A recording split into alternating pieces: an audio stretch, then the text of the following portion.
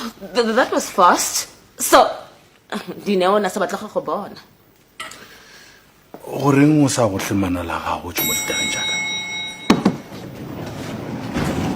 What a rude man. He went on to enjoy an illustrious career, appearing on productions including The River, Rhythm City, and most recently Scandal. The 63-year-old also bridged into the music industry as a gospel artist. Eyewitness News. President Cyril Ramaphosa says he can't be blamed for any delays to his parliamentary impeachment inquiry as a result of his legal challenges. The Western Cape High Court has reserved judgment until next week on whether to grant him an interdict to stay proceedings of the impeachment committee.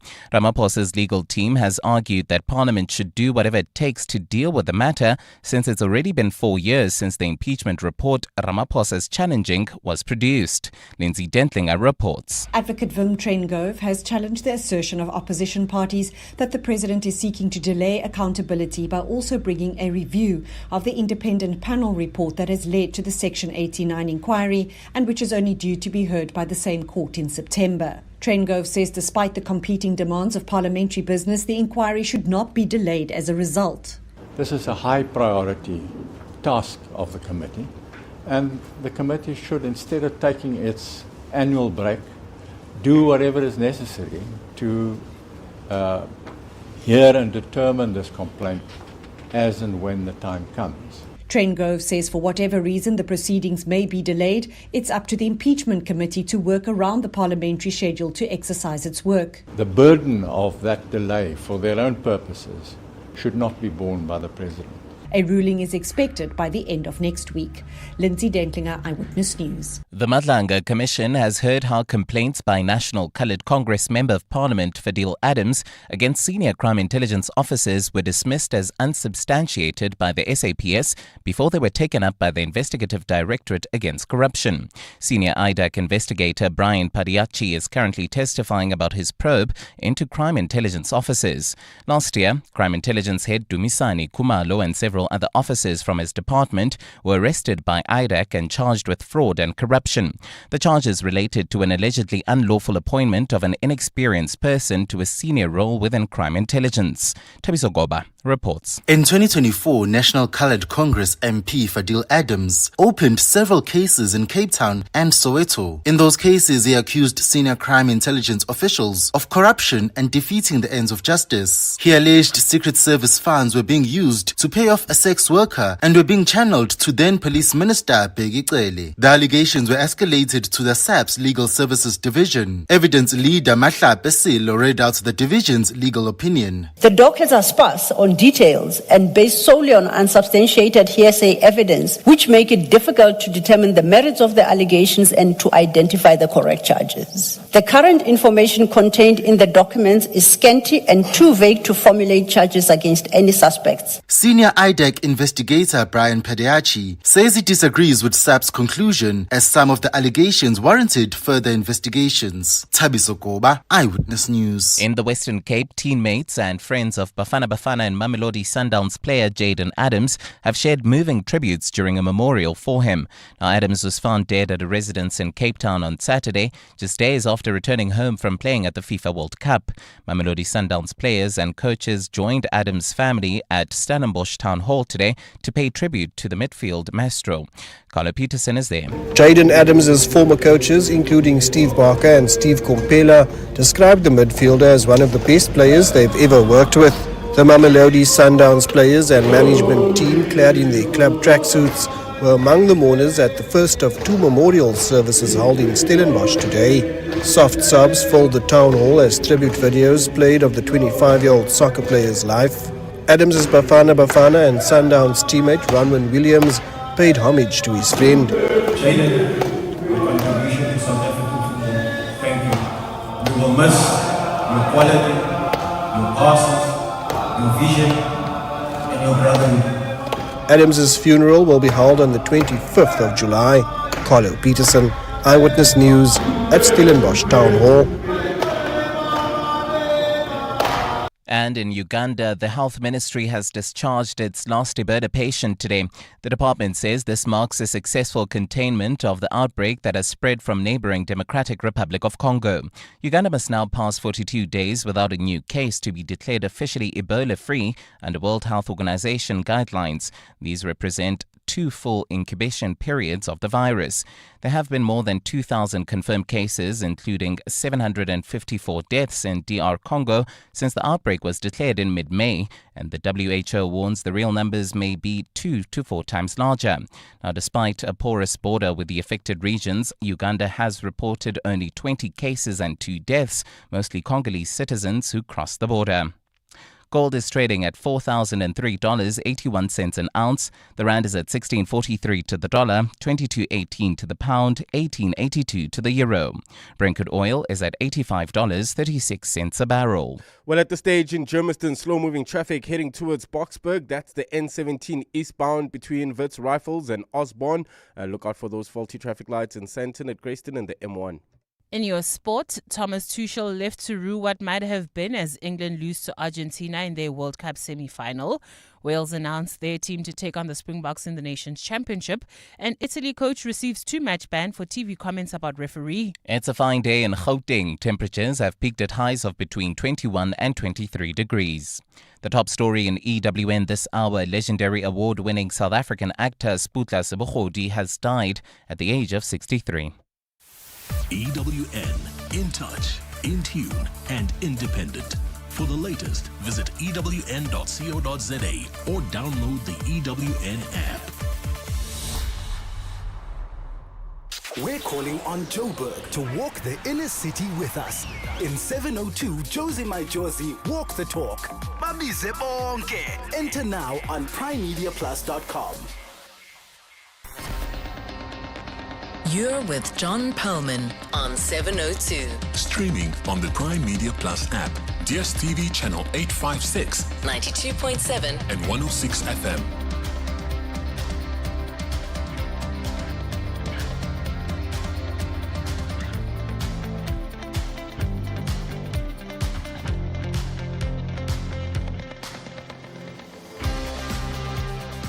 Very good afternoon, everyone. It's 9 minutes past 3 on Thursday, the 16th of July. This is 702 Drive with me, John Perlman. Welcome to the show. Arguments have now been concluded in the Western Cape High Court in the matter between President Cyril Ramaphosa, various political parties, and Parliament's impeachment committee. What have the judges heard, and what are the key questions they will need to mull over? More on that shortly with our EWN colleague Lindsay Dentlinger. French lawmakers have taken a decision to allow assisted dying in their country. That debate is well underway in our country. There are legal processes afoot. We'll look at some of the issues with Professor Willem Landman, co-founder of the organization Dignity SA. That's after 4 o'clock. Lovers of theatre, television and movies are mourning the loss of this man. Akorasta gets a deal. 150 tables for the Shabin train. Give him a gold star. Akoras Lowensteins. And a stuffed teddy bear. I bring in the parts, man. You sell furniture. Hey, I'm important to you. Yes, so is my dog, but I'm not... We will pay tribute to Dan Sputla Sebogodi later in the show, but do feel free to share your memories and your thoughts about the sad passing of a real giant of our theatre and our television screens. The World Cup semi-final between England and Argentina was settled on the field last night. We'll hear from Tolakele Mganga a little bit later with her take on the game. But other off-the-field burning issues between the countries continue to simmer and boil. We'll talk about David Beckham, Diego Maradona and the Falklands War at 10 to 5 with author John Carlin. Speaking of the World Cup, as we get ready to take our leave of the United States, after Sunday's final, we ask, what's your favorite song that has a US city or place in the title? This one's pretty good.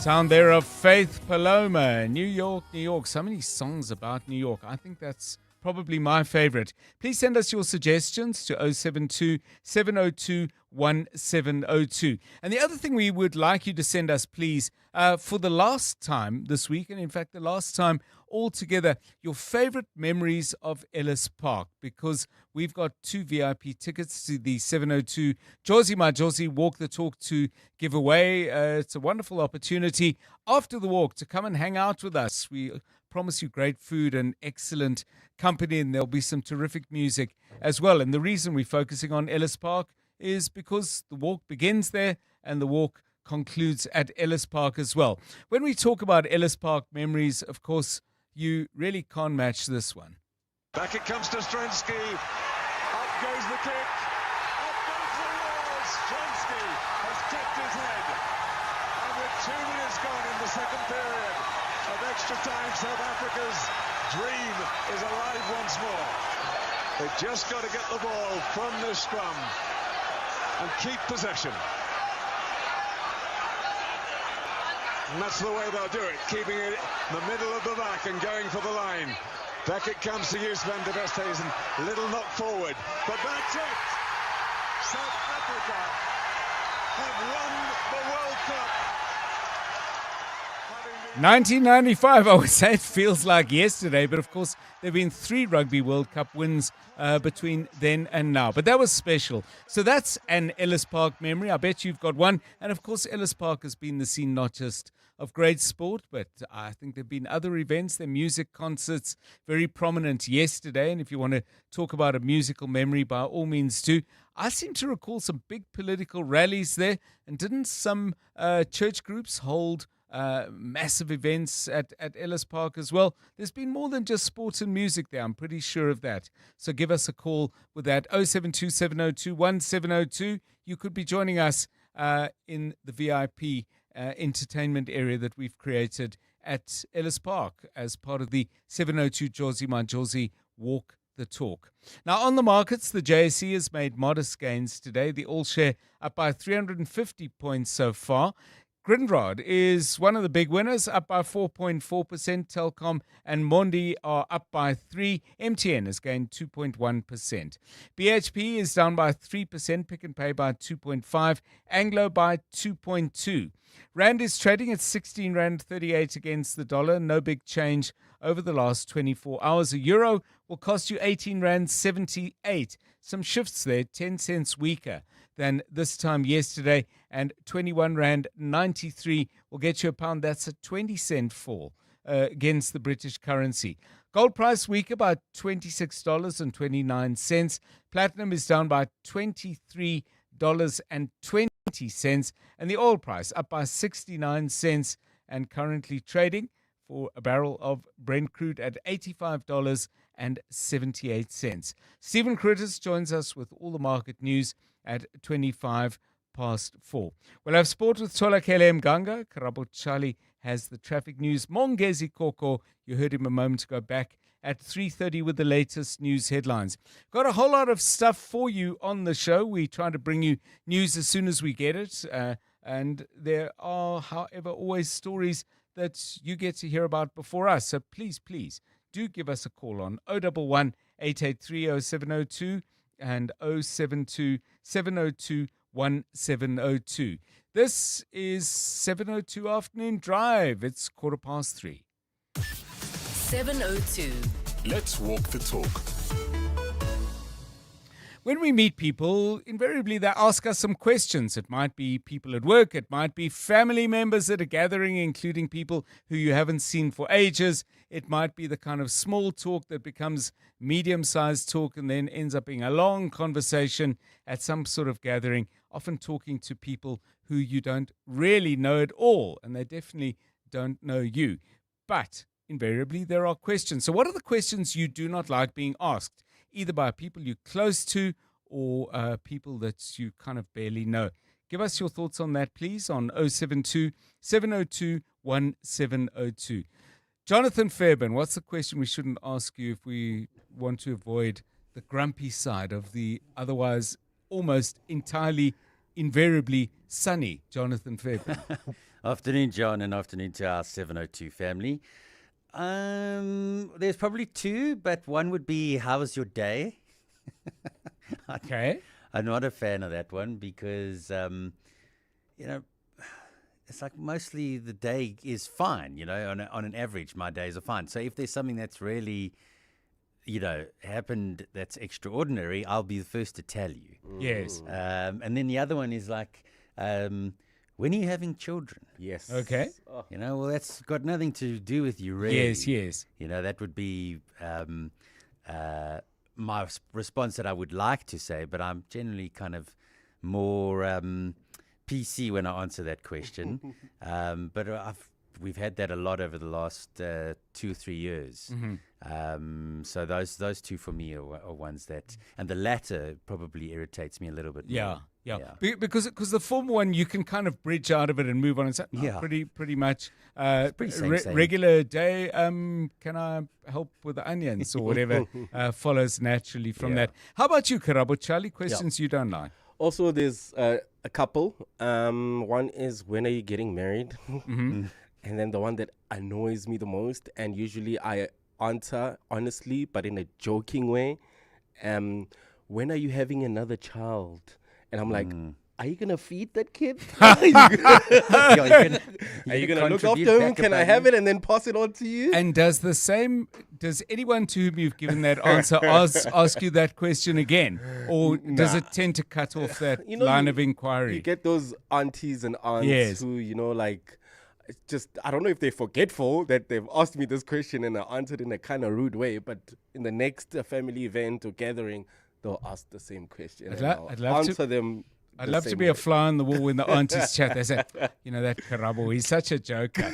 I think they're probably quite soon, Otherwise he wouldn't have said that. Okay, so questions that you get asked that you don't like being asked. And the thing is, we're all guilty of probably asking questions that will irritate others. But you also got to kind of see where it comes from, right? Yeah. Like, is it being asked because they really care? Yes. They have a vested interest in you, or is it basically like, is it coming from a inquiring place where they've been a little bit nosy or whatever it may be? Yes. So, no, I think that's a very good point, and you can often sense, because it can be the same question, two different people or two sets of circumstances, and the intention is often very, very clear, and that probably shapes the answer. Karabo has come up with a little zinger there just to ward that question off. It'll be back though, hey, as you say. It's going to come again. The other thing that it always comes around virtually every day, traffic, how are we looking? Well, at this stage, John, good question. There's slow-moving traffic. This is in the Germiston area on the N17 westbound between Wits Rifles and Osborne. Otherwise, things generally are free-flowing across 702 land. No accidents have been reported on my radar at this stage. Just traffic lights not working 4 ways. Winnie Mandela Drive and Monte Cassino Boulevard. There's also traffic lights out of order in Sandton at Grayston and the M1, as well as in Woodmead at Woodmead Drive and the M1 South. If you come across any other traffic issues, kindly WhatsApp us on 072 702 1702. Clement Maniatella. Weekday mornings, 9 to 12. 9 to 12. I had to say I'm very angry. It must never be one of the issues that are going to distract you from fighting crime and fighting corruption and continue to fight. I thought Winnie Mandela died, but Winnie Mandela has multiplied. Yeah, Winnie Mandela has multiplied. Look, I don't think what he's saying there is necessarily weird or wrong. I mean, what he was saying is, we see the mistakes that you've made, and now you know better. You've learned from your mistakes. Like, shouldn't we all be given that opportunity? I get where Julius is coming. But having said that, I also understand that we have to connect the dots. Politicians, as I always say to you, believe them at your own peril. They will always do what's best for them and for their political expediency. That's just how they are wired. Clements Maniatella. 9 to 12 on 702. The CSIR International Convention Centre has over 40 years of experience in hosting international, local and national business events. This purpose-built venue is set on a tranquil campus in Pretoria East, in the knowledge hub and science diplomacy capital, the city of Tshwane. Host your next business event at a venue where innovation meets experience. Visit CSIRICC.co.za for more information. The CSIR International Convention Centre, where smart minds meet. You can become a victim of a legal problem: wrongful arrest, assault, uncontested divorce, rental disputes, maintenance matters, or labor problems. It can happen to you. Clientele Legal provides tough professional lawyers for an affordable monthly premium. Our legal team is standing by to assist you 24 hours a day. Join today. SMS Legal to 48721. That's legal to 48721. Clientele General is an authorized FSP and licensed non-life insurer. T's and C's online. Standard rates apply. Hi, this is Michael Owen, Hollywood Bets brand ambassador. Being a champion, I know the best performances come from making the right decisions on and off the pitch. Enjoy the game, enjoy the excitement, but play responsibly. Gambling responsibly is about staying in control so you can enjoy it your way. If you or someone you know needs support, help is always available. Call the South African Responsible Gambling toll-free counselling line on 0800 006 008 or WhatsApp help to 076 675 0710.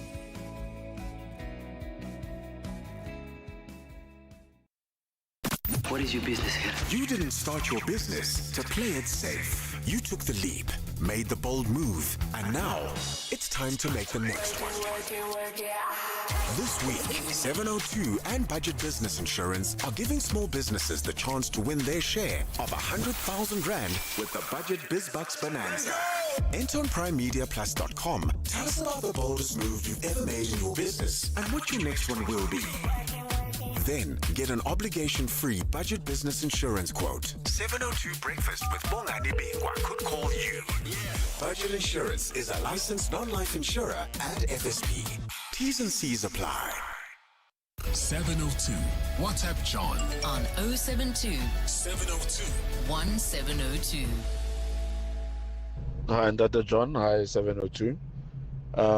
Questions that are annoying to be asked is, are you still working there? Why are you still working there? No, it's like, okay, are you going to get me a new job, a new career? Maybe I'm happy. Maybe I like it, you know? From Rhodopot. Yeah, it's a very interesting example, that, because implicit, I mean, obviously I'm not in on the conversation, but you're giving us a high-level view of what the questioning is about. And it's an interesting one for me because implicit in the question is a judgment rather than some kind of genuine inquiry, which is, hey, how are you doing in the place where you work? You know, maybe I've heard that you're not doing as well as you would like, or you're not enjoying it as much as you'd hope. But implicit in the question is, you know, why haven't you done something about it? And I get that, absolutely. I think questions should be asked if you're genuinely interested, in a spirit of inquiry rather than judgment if you can. 25 minutes past 3. You're with John Perlman on 702. Let's walk the talk. One of the big stories this week, by the way, has been at the Madlanga Commission, with suggestions coming from evidence leader Matthew Chaskelson that Northwest Province businessman Suleiman Karim, despite pleading ill health as a reason for not attending at the commission where he was expected to appear, was actually seen out having lunch with a group of people. So we were just wondering what's going to happen next with that story, because they were going to look for CCTV footage, we were told, of the shopping centre, the mall, where Mr. Karim was allegedly seen. The update we have on that is pretty factual, really. All of this is going to be dealt with at 2 p.m. tomorrow. So we'll be keeping a close eye on that on 702 Drive. But the other big story this week, of course, has been the matter down in the Western Cape High Court. On the one side, President of the country, Cyril Ramaphosa; on the other, various political opposition political parties, as well as the parliamentary committee looking into the potential impeachment of the president. All of this, as I'm sure you know, around Phala Phala. Proceedings are done quicker than I actually would have thought. The Western Cape High Court, 3 judges involved, have reserved judgment. So let's just find out how it ended and what are the key issues that were put forward. Lindsay Dentlinger, EWN reporter, has been watching it from the beginning. Lindsay, a very good afternoon to you. Did it finish sooner than we expected? Just briefly, if you can clarify that. I was kind of expecting 2 full days. Good afternoon, John. Well, no, I did think, actually, I thought it would be over quicker today than it actually was. But what only thing that was left really today was for the President's Legal Counsel, Advocate Wim Trengove, to respond to the arguments that were made by the various opposition parties and the impeachment committee yesterday. And they limited their break yesterday, so they got through all those arguments yesterday. So it was really just left for him to reply to those arguments today, and then we just heard some brief responses from the legal counsel of 2 of the political parties as well today. So, Lindsay, I mean, the judges go away now to weigh all of these things up. What for you do you think are going to be the key questions that they will have to come up with answers to? Well, I think very interestingly, and this is the point that was made in response again today by Advocate Dalium Mpofu, who was representing 2 of the political parties, the MK party and the UAT. And interestingly, if we could just rewind a little bit, Advocate Dalium Mpofu came to this very court twice. About 4 years ago, when he was representing former Public Protector Busisiwe Mkhwebane. And they had also tried to stop her impeachment inquiry on various grounds. And the key argument that they gave, despite the points about why they thought this inquiry shouldn't continue, was that she would suffer reputational harm. Her dignity would be impugned. Her reputation would be at risk if the inquiry were to continue while these arguments that they were making on conflicts of interest and other such things was allowed to continue. And twice the court shot that down. And interestingly enough, today, Dalium Mpofu again reminding the court of the outcomes of those 2 cases, and now using that argument, John, in the flip side, saying that the President's legal counsel has not proven to this court why and how the president's reputation and how he would suffer irreparable harm if this inquiry were to continue. So for me, that was just a very interesting point because he did harp on it several times. And so that is a key aspect before the court and on which these 3 judges will have to decide whether or not the president, as per his legal counsel, having argued over the past 2 days, will suffer this humiliation, the indignity, the public plearing is what Wim Trengove called it yesterday, if this inquiry were to continue before the same court tests the veracity and the legality of the impeachment report on which this whole inquiry is based, John. Do we have a fixed date for next week, or do we just know next week sometime when the judges will come back and let us know what they've concluded? We don't have a fixed date, but Judge Andre Lefranci, who is leading the bench of 3, only said towards the end of proceedings that we aim to hand down a ruling towards the end of next week. So we can possibly expect that to be in a week's time or by the latest next week, Friday. And I suppose we can possibly expect just a ruling without the reasons being given immediately for that ruling, given that they are working on quite a tight time pressure to deliver that ruling, as indicated, by the end of next week. Thanks so much, Lindsay Dentlinger, singling out some particularly interesting argument that she heard over the course of a day and a half. So sometime next week, it would seem Friday at the latest, but giving a sense that this is moving quickly and that they're working against a tight deadline. Bring us to 3:30. Let's get the very latest eyewitness news. And for that, once again, we say good afternoon to Mongezi Koko. What you got? Good afternoon. And a very good afternoon to you, Ndate John. We start here. DA Chief Whip Glenys Breitenbach says the challenges facing the investigating directorate against corruption are the reason why the country needs an independent anti-corruption commission. Breitenbach says the party's proposal, referred to as the Scorpions 2.0 bill, will be similar to a Chapter 9 institution and will investigate corruption without any interference. The DA's call comes as IDAC head Andre Johnson faces accusations of interference in investigations and a pending appearance before the Madlanga Commission.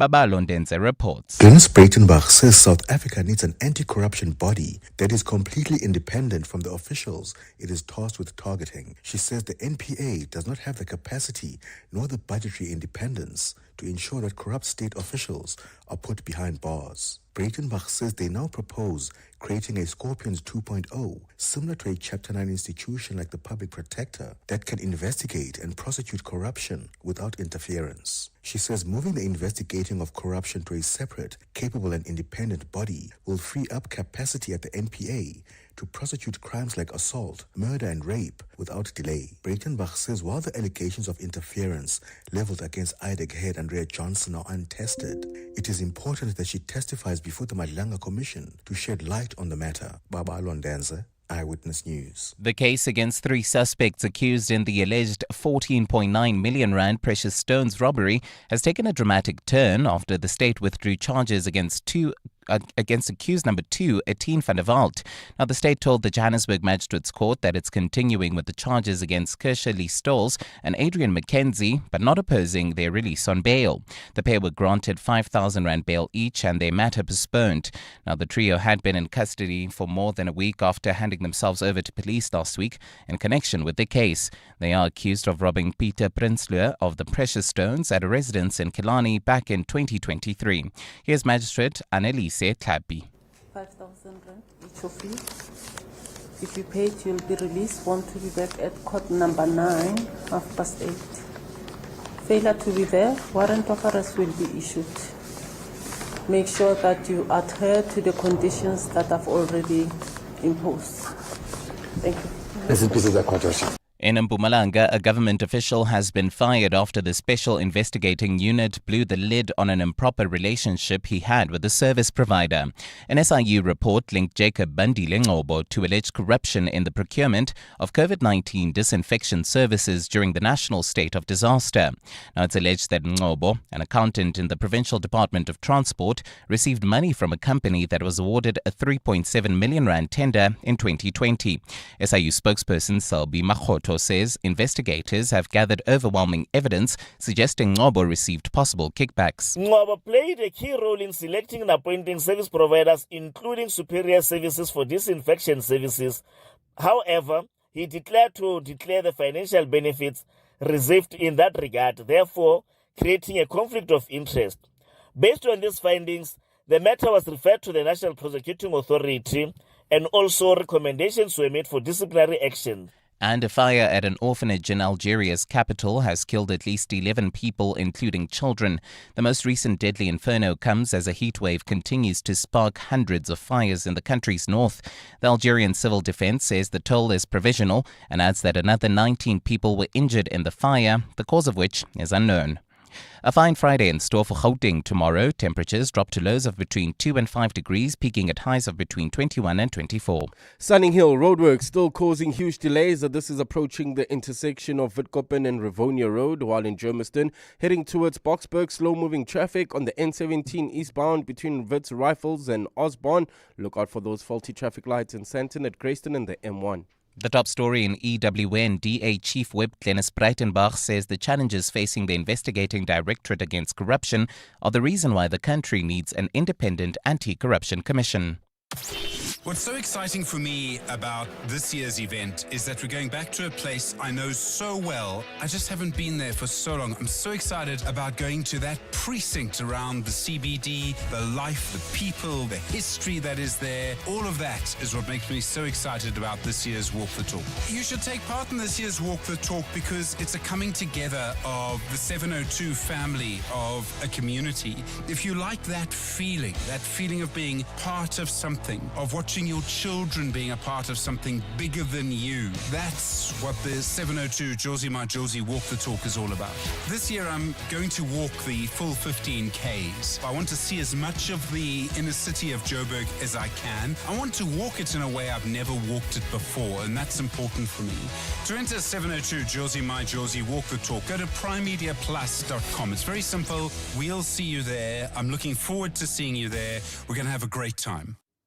Will you survive the AI revolution or thrive? Regenesis presents the School of AI, the first of its kind in Africa, powered by 100 world-class AI experts delivering cutting-edge training, consulting, and real-world AI solutions.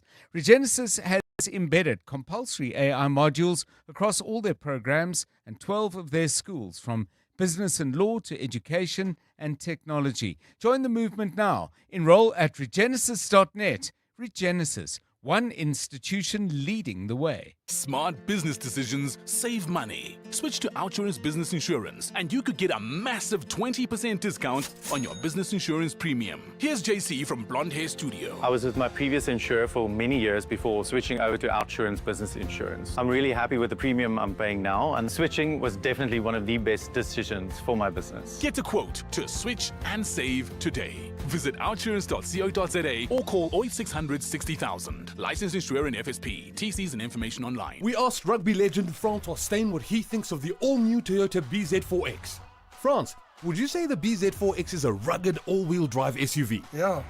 Cool. Was the acceleration and handling good? Yeah. All right. So you think the BZ4X can handle South Africa? Wat dink jy? Well, there you have it. The all-new Toyota BZ4X, an all-wheel drive battery electric SUV made to handle South Africa. The BZ4X. It just got real. 702 was in conversation with FNB, discussing the 2026 Retirement Insight Survey and the Retirement Reality Gallery. We commissioned some artists to actually interpret our statistics in an artistic manner. You will see how these artists are interpreting the impact of inflation when it comes to retirement. You know, if you can afford a bag of Millie Meal right now, 20 years down the line, you'll probably be able to afford 1 cup of that bag. So that hits harder than us telling you that inflation is going to eat into your retirement savings. Visit the Retirement Reality Gallery at Goodman Gallery in Rosebank until 19 July. Entry is free. Brought to you by FNB. FNB is a division of First Rand Bank Limited, an authorized financial services and credit provider. 702. WhatsApp John on 072 702 1702. Hi, John. This is Khalima here. So, in my early days as a student at the University of Johannesburg in Dorfontein, we used to work for a particular service provider who had a contract to clean the stadium. So we'd rotate, as students, and we always used to look forward to that because, when you clean the stadium, you get through to some loose change on the seats. And, when you have enough, it gets to serious money, like 100 rands or 200 rands at the time, which was quite a lot. And still is, you don't have to eat noodles, you're eating proper food. You can cook rice, you can buy proper meat and so forth. So the stadium also definitely it was an economic booster to one's life by cleaning there. And all about that, I think when they had concert also, if you're on cleaning duty, you'd actually work there. So, and you get to see, whoever is performing, but most is lost political rallies or church events that I remember. But yeah, so over and above that, as students, we walk past through the stadium, it always, serves as a memory, to one's life, of living in the city of Johannesburg. And it's a great city, and I think we can reclaim our city.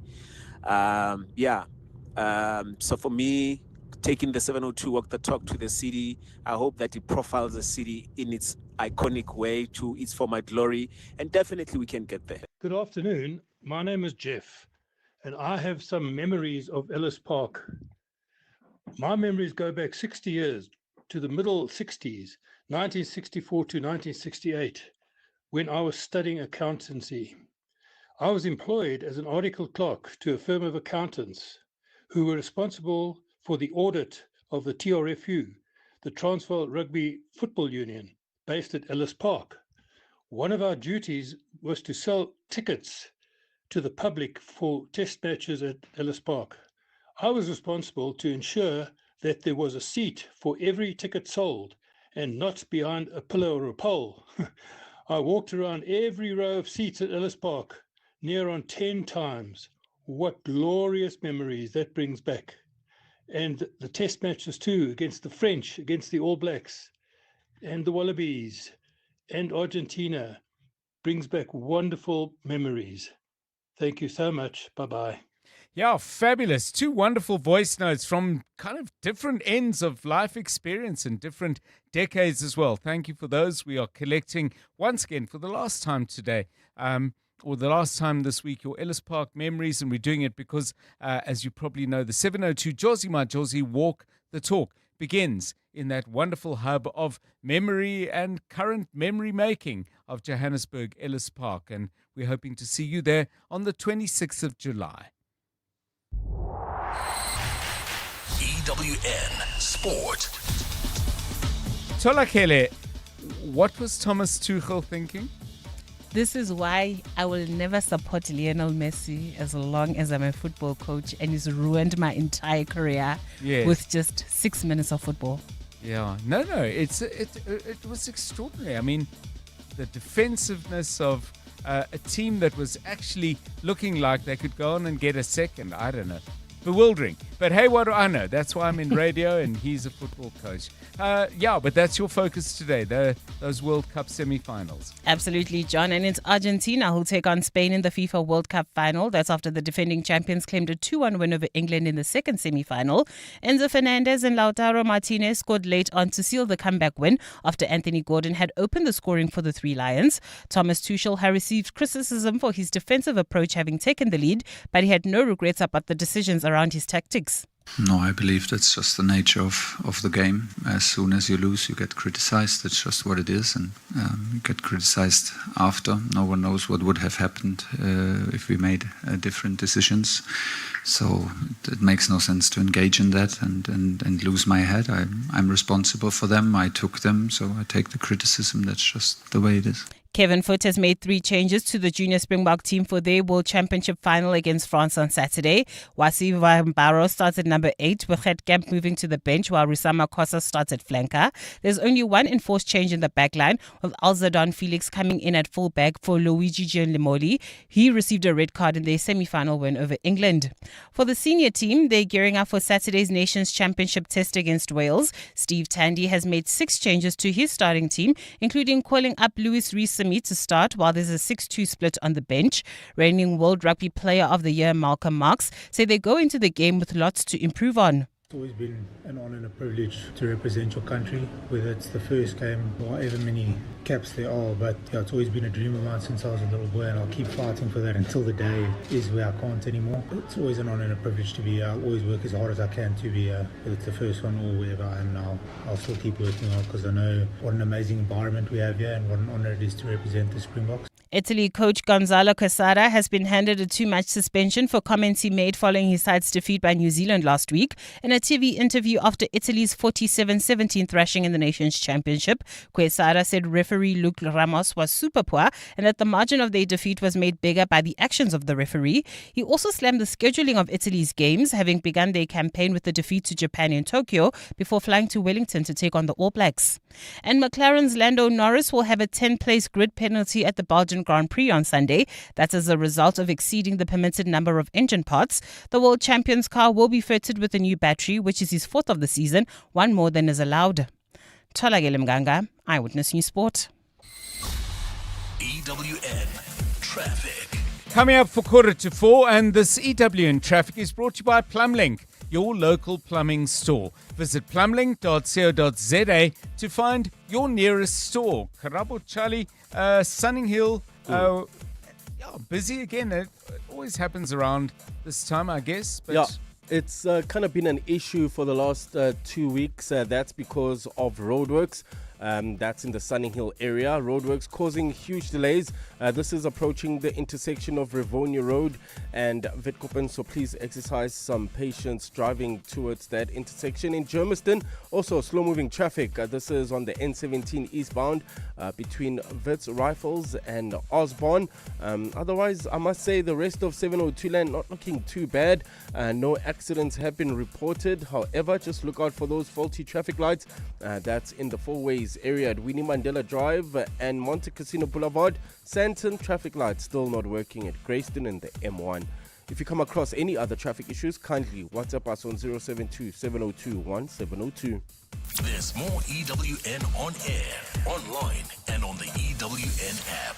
South Africa, it's time to turn up the heat. Plumlink is bringing you the Mzansi warm-up with reduced prices on quick cart geysers. Choose from 100 and 150 litre geysers, reliable, powerful and built to keep your home piping hot this winter. With over 160 stores nationwide, there's a Plumlink near you. Get yours now for just $4,799, limited time only. Hot water, hot deals, don't miss out. Plumlink, your local plumbing store.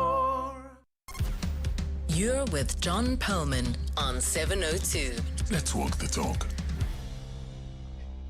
702 Drive still to come on the show. After 4 o'clock, we'll be talking to Professor Willem Landman. He's co-founder of an organization called Dignity SA. In France, lawmakers have voted to make it possible for people to use assisted dying as they pass out of this life and out of this world. It's an issue that is kind of in process in South Africa. There's a court case scheduled for mid-September, but the issues are complex and very important indeed. Prof. Landman is my guest at about 12 minutes past 4. Later in the show, 10 to 5, we'll look back on the England-Argentina game, not so much what happened on the field, but what happened after the game, with the Argentinian players holding up a banner that says Las Malvinas son Argentinas, saying that the Falkland Islands belong to Argentina. It's an issue that I think is not a major one in England, but it's a huge issue, it would seem, in Argentina for many people. We'll talk about why and what the implications are, both for football and the implications for that issue of what happened in Atlanta last night. Author and journalist John Perlman, who is himself English but has lived for a long period in Argentina and written on this issue, is my guest at 10 to 5. 12 minutes to 4 right now. Tolakela, we've been asking the question, what is the question that you really don't like people asking you? And Nicholas has sent me a really interesting thing. He says, the question is, what are you doing in my house?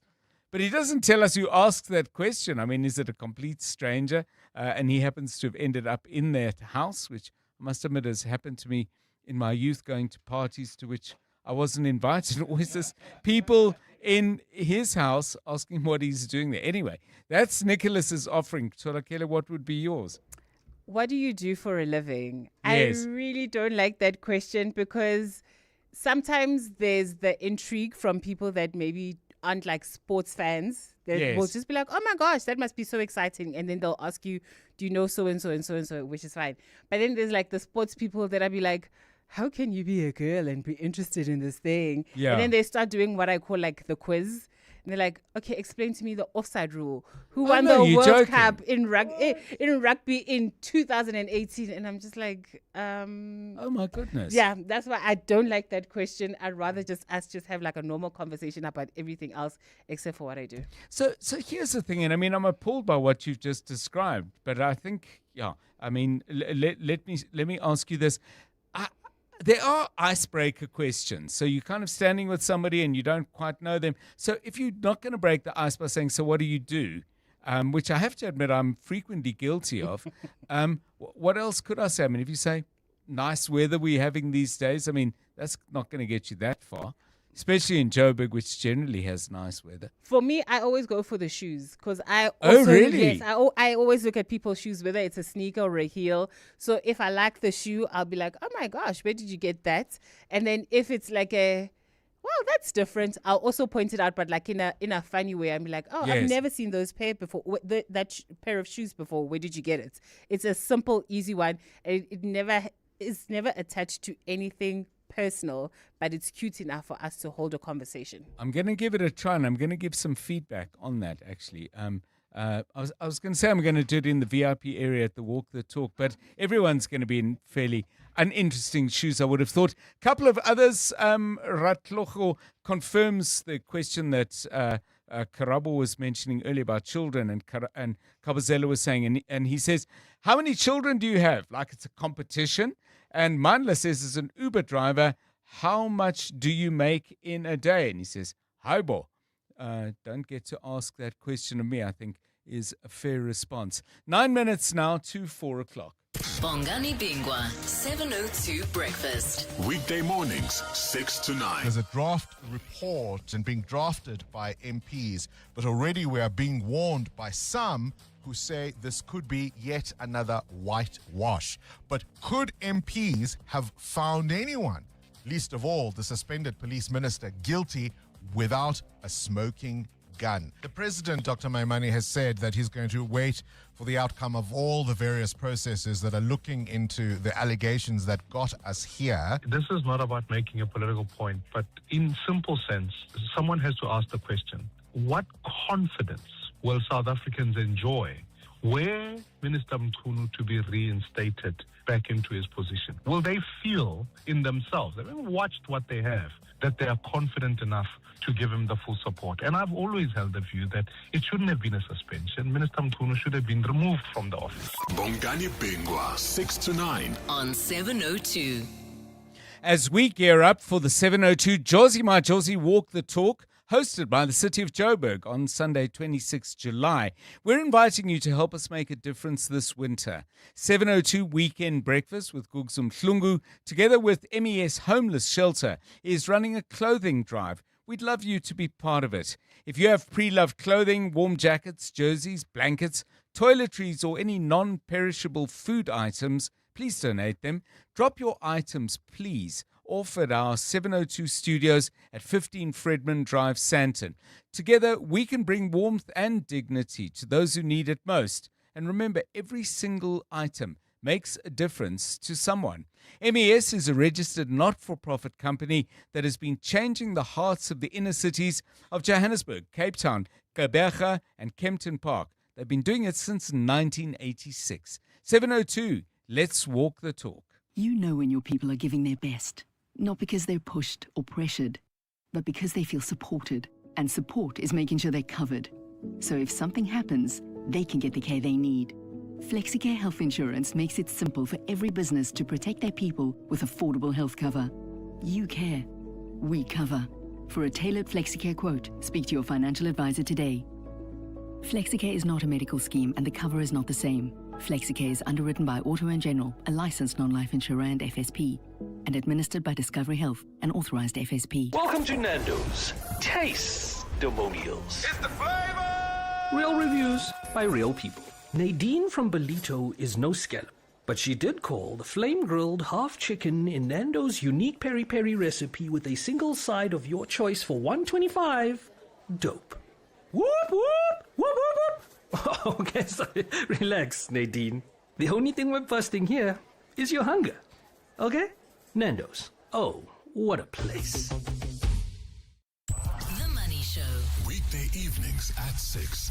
Now the PIC loses the CEO, 2 directors have resigned. We have an investigation from the authorities. How do you understand what on earth has gone wrong here? Well, I suspect what has gone wrong is that the PIC, in spite of how important it is in the investment sector, is governed as badly as a tuck shop. Kaya Satole, the CA and Director, Karuska Consulting. The Money Show. On 702. Let's walk the talk. The Money Show with Stephen Grootes is brought to you by Absa Rewards. Get double cash back depending on your rewards tier when an African team scores and wins at the FIFA World Cup 2026, courtesy of Visa. Use your Absa Visa card at rewards partners on match days to score. Join Absa Rewards on the banking app. Your story matters. Absa is an authorized FSP and a registered credit provider. T's and C's apply. You're with John Perlman on 702. Let's walk the talk. At 5 minutes to 4, 702 Drive is in conversation with the Industrial Development Corporation, shaping Africa's manufacturing future. South Africa's manufacturing sector has long been recognized as one of the country's biggest drivers of industrial growth, job creation and investment. Yet, it's also a sector facing significant challenges.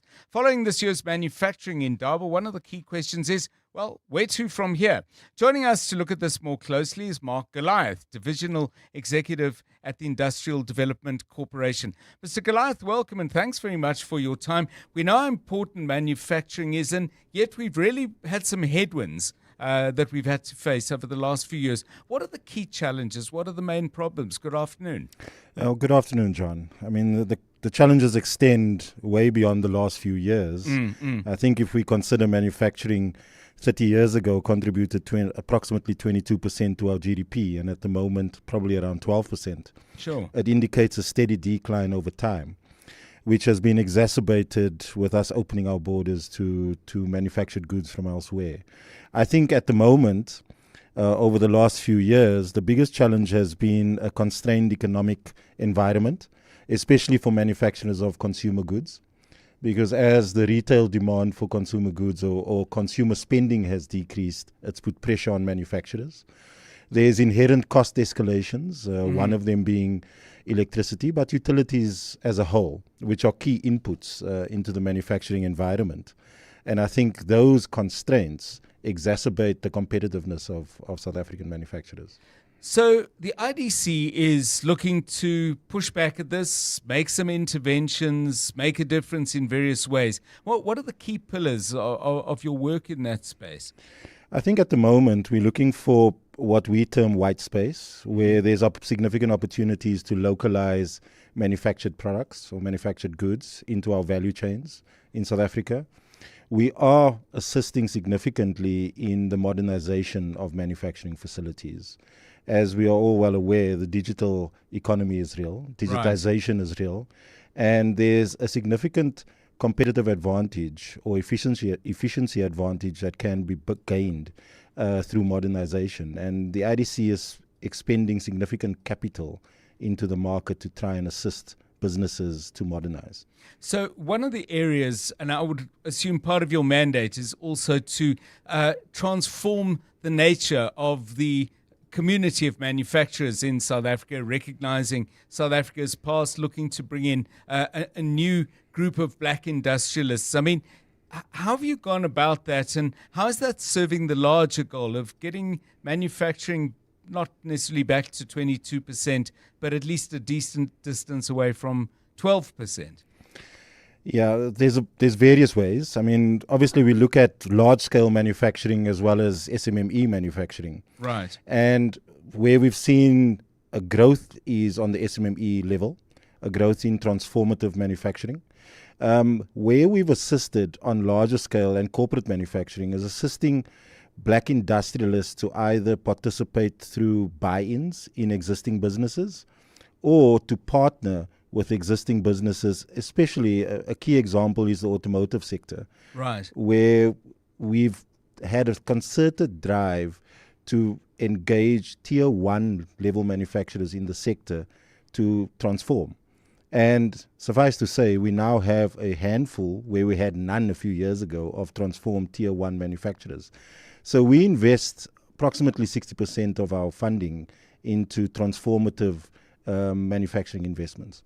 You had the manufacturing in Durban. What came out of that? I mean, you know, there's a certain degree of not cynicism, but skepticism about everyone getting together and talking, but presumably away from the conference floor, there's serious negotiation and networking going on.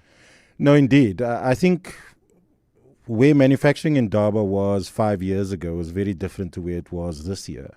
5 years ago, we were debating about the challenges about moving into Africa and industrializing Africa. Yes. All of a sudden, some of those hurdles are on the way out. Railway networks and corridors are being built across Africa. Will it take time? Yes, it will. But it's the precursor to really driving industrialization. There's a commitment from governments around beneficiation. There's policy shifts on the continent. And there's a regional view that we can build industrialized hubs to supply regions within the continent. And I think the opportunities abound. We've made some investments in East Africa and West Africa over the last 2 years, which are catalytic for those areas. Yeah. Well, thank you very much. There's so much more to talk about, but we'll chat again. Mark Goliath is Divisional Executive for Manufacturing at the IDC. Thanks so much for giving us your time on 702 Drive. Now, manufacturing is critical to driving socio-economic growth and transformation, both in South Africa and the rest of the continent. As a key role player, the Industrial Development Corporation continues to support this sector by providing support to qualifying entities and entrepreneurs. If your business is manufacturing and operates in some of these sectors, automotive and transport, equipment, chemicals, minerals and industrial mineral products, machinery, equipment and electronics, or textiles and wood products, visit idc.co.za to check your eligibility for funding. It's 4 o'clock. This is EWN. SA continues bid to mend relations with the US, and Western Cape Police nab a wanted extortionist. A very good afternoon. I'm Monkey Zikoko. SA Ambassador to the US, Rolf Meyer, says he and President Cyril Ramaphosa agreed that his initial visit to Washington would serve as a scoping exercise to assess the state of relations between the two countries. Meyer says his appointment as ambassador in March came as a surprise. However, he says he accepted the role after identifying opportunities for South Africa to help strengthen its bilateral relationship with the US. Meyer was speaking on the Manyathela show today, where he reflected on his political career and his role as a key negotiator during South Africa's transition to democracy.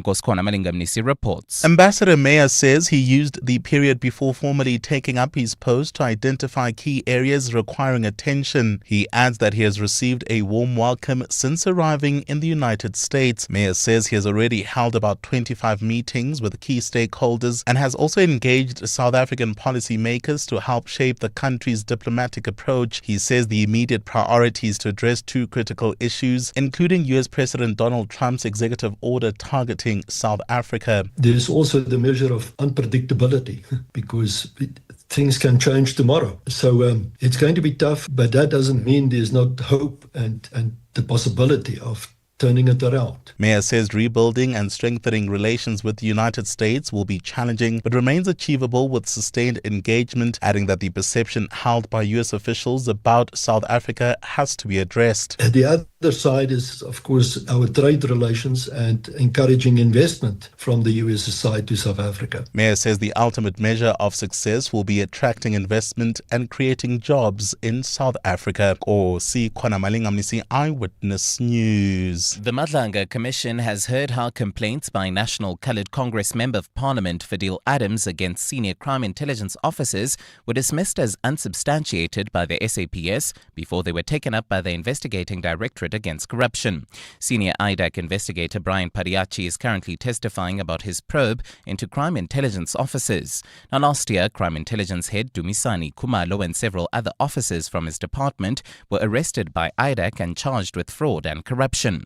The charges relate to an allegedly unlawful appointment of an inexperienced person to a senior role within crime intelligence. Tabiso Goba reports. In 2024, National Coloured Congress MP Fadil Adams opened several cases in Cape Town and Soweto. In those cases, he accused senior crime intelligence officials of corruption and defeating the ends of justice. He alleged Secret Service funds were being used to pay off a sex worker and were being channeled to then Police Minister Bheki Cele. The allegations were escalated to the SAPS Legal Services Division. Evidence leader Mahla Pesilo read out the division's legal opinion. The documents are sparse on details and based solely on unsubstantiated hearsay evidence, which make it difficult to determine the merits of the allegations and to identify the correct charges. The current information contained in the documents is scanty and too vague to formulate charges against any suspects. Senior IDAC investigator Brian Padiachi says he disagrees with SAP's conclusion as some of the allegations warranted further investigations. Tabiso Goba, Eyewitness News. In the Western Cape, police have arrested a suspected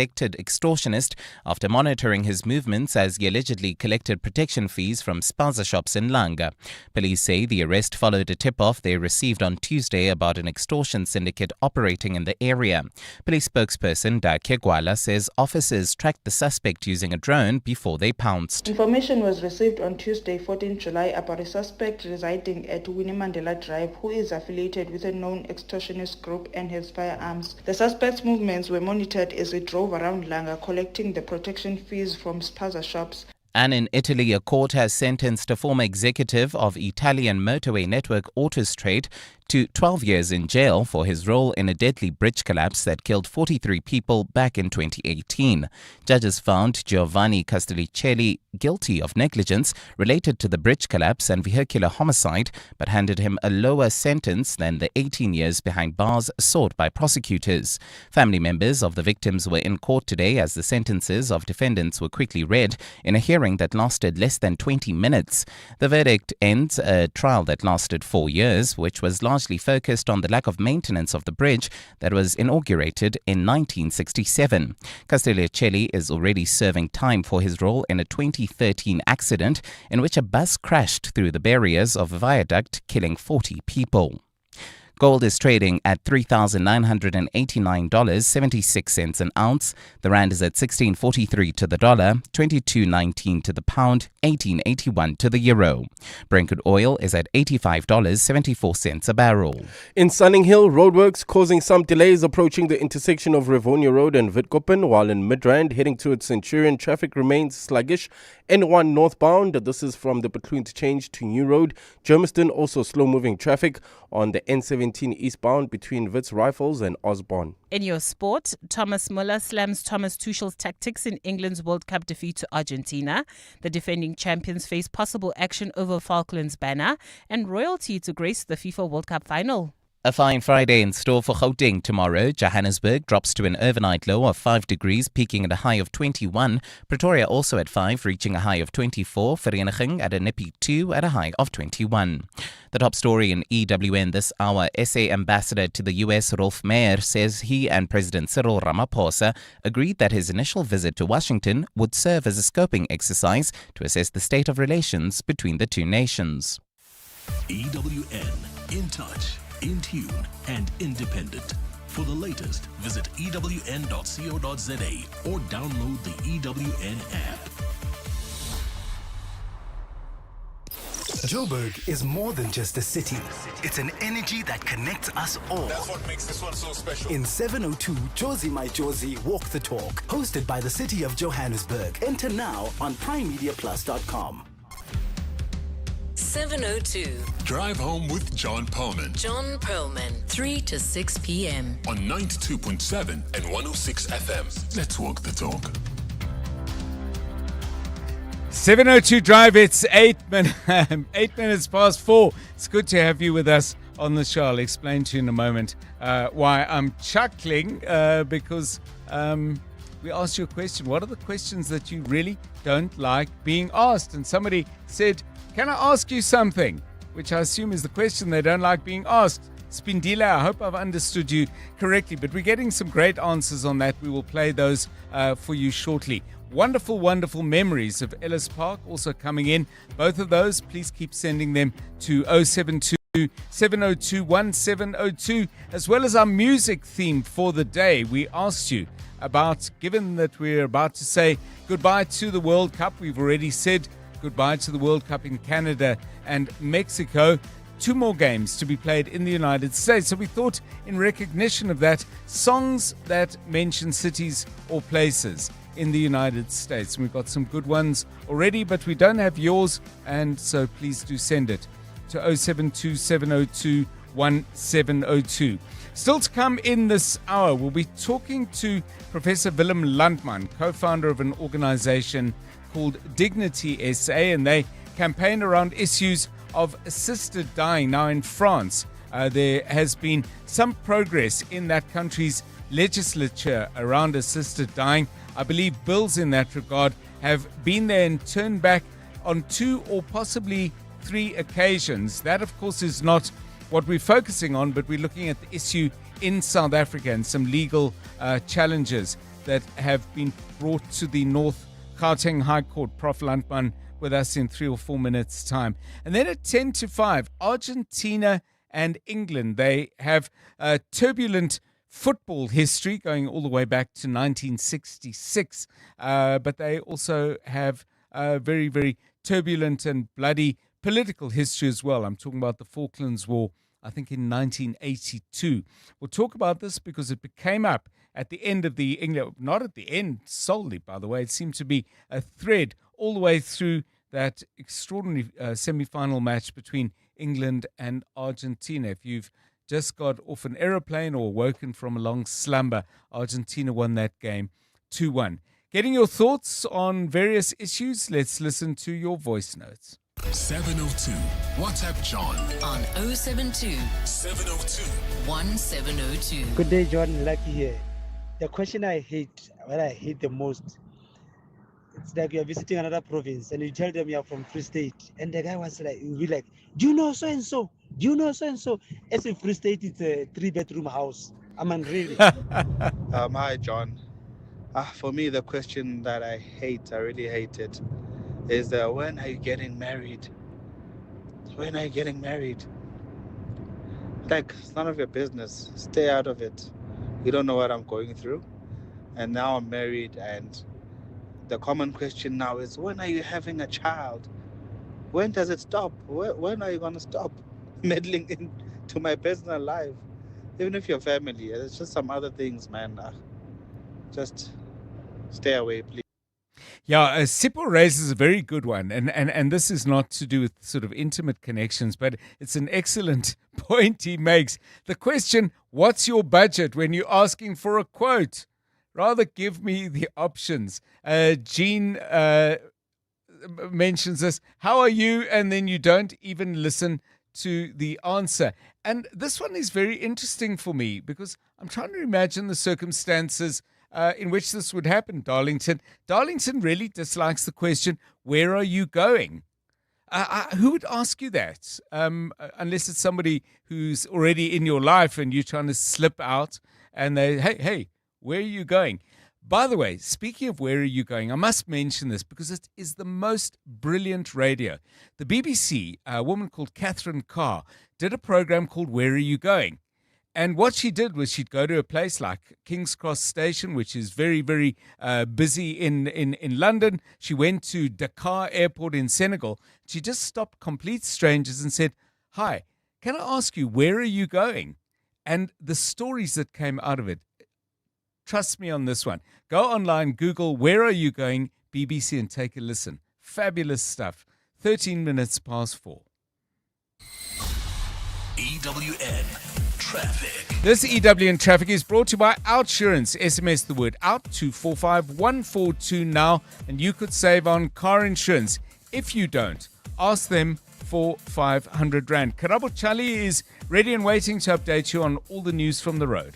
Well, at this stage, if you are traveling through Alexandra heading towards Germiston, Alberton, bumper-to-bumper traffic on the N3 southbound. This is between Marlborough Drive and Van Buren. Germiston also traveling towards Boksburg, Brakpan, slow-moving traffic. N17 eastbound between Wits Rifles and Osborne.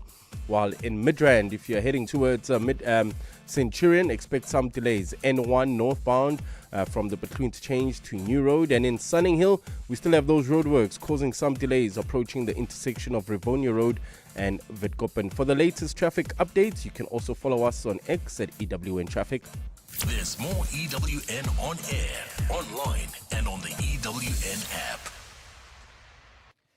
30 minutes watching your favorite series goes by quickly, but 30 minutes stuck in traffic feels like a lifetime. Thankfully, the Outsurance pointsmen are here to save the day. These heroes in green and purple have been easing traffic congestion for the past 20 years. The Outsurance pointsmen, helping everyone get where they need to be quickly and safely. Just another way you always get something out. In proud partnership with 702, show them some love online using #PointsmenLove.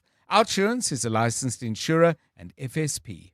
Bongani Bingwa, 702 Breakfast. Weekday mornings, 6 to 9. There's a draft report and being drafted by MPs, but already we are being warned by some who say this could be yet another whitewash.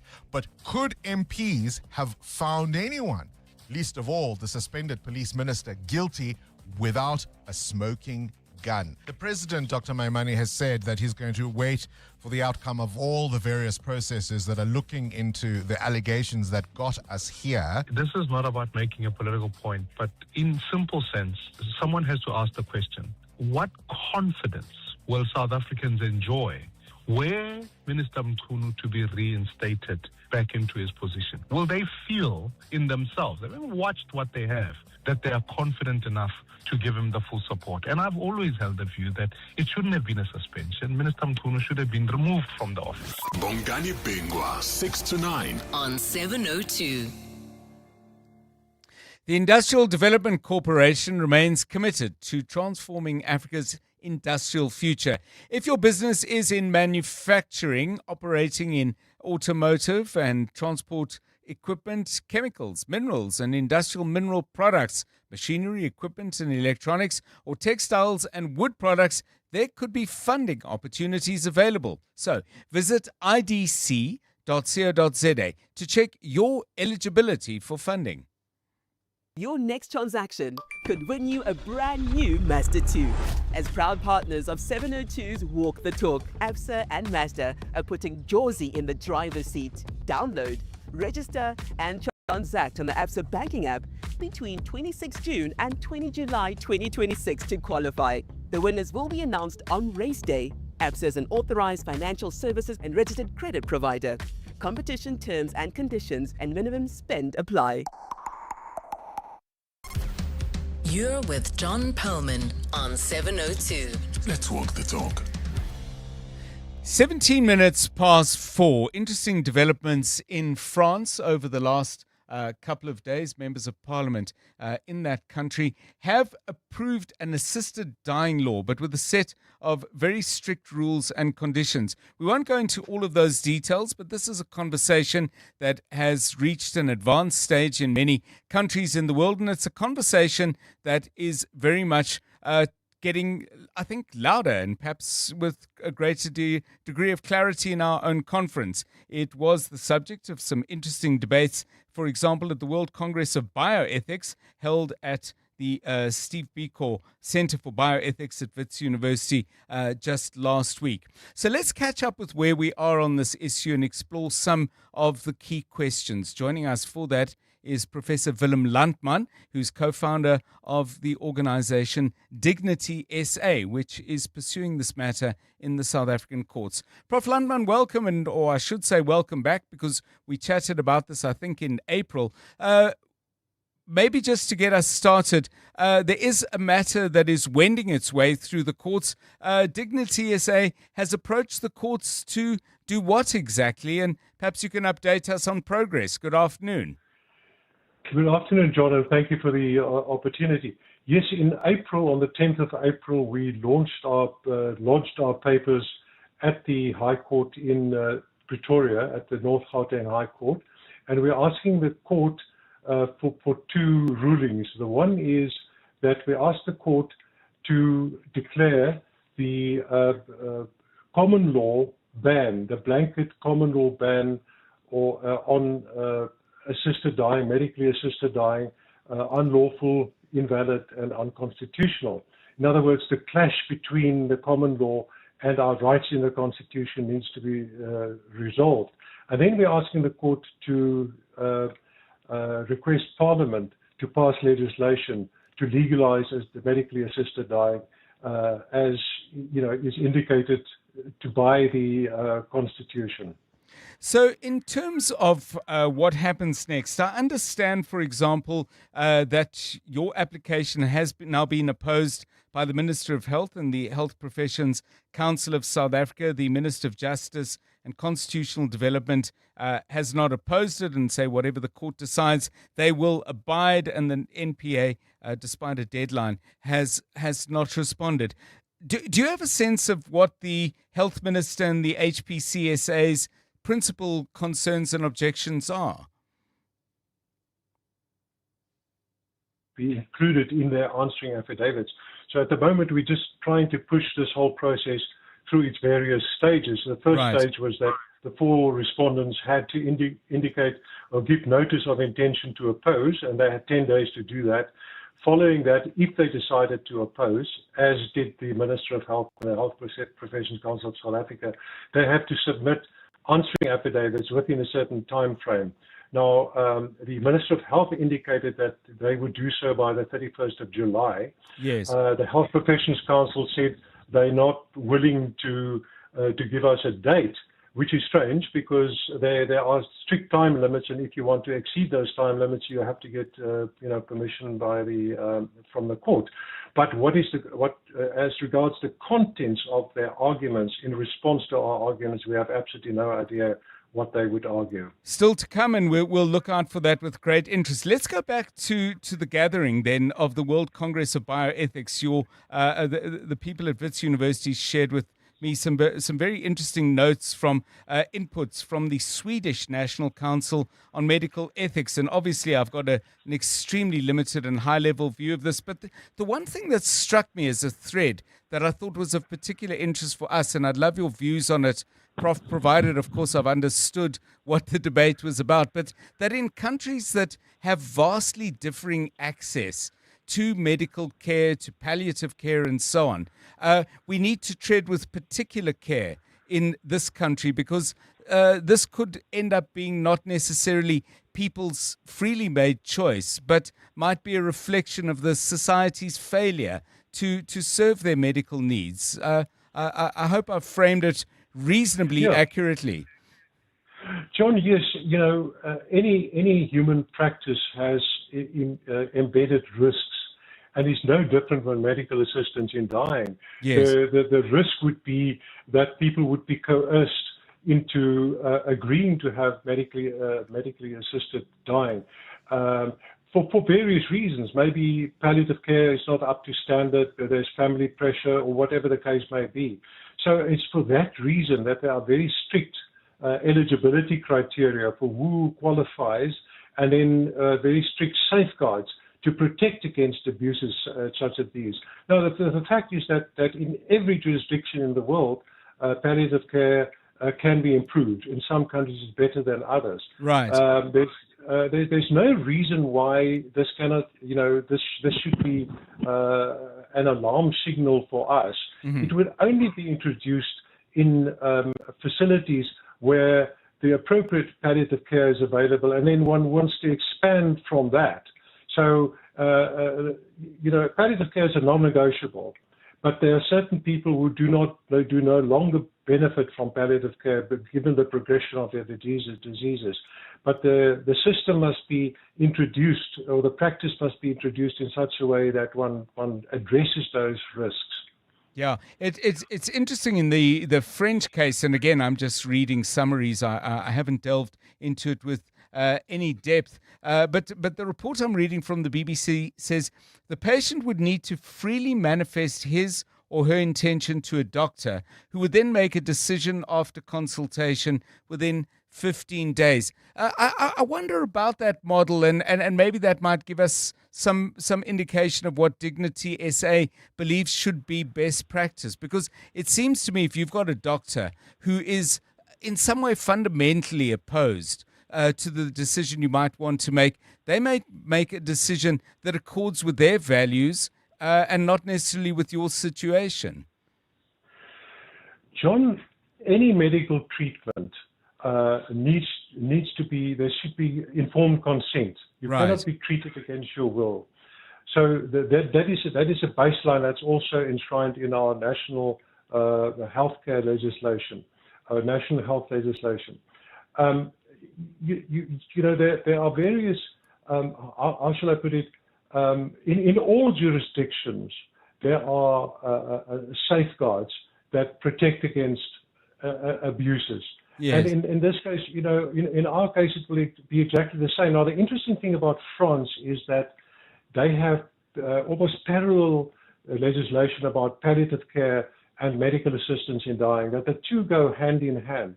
I think that's very important that we recognize the role of palliative care, that doctors who do not agree with it, say it becomes legal in South Africa, right, there must be a conscience clause that gives them an escape.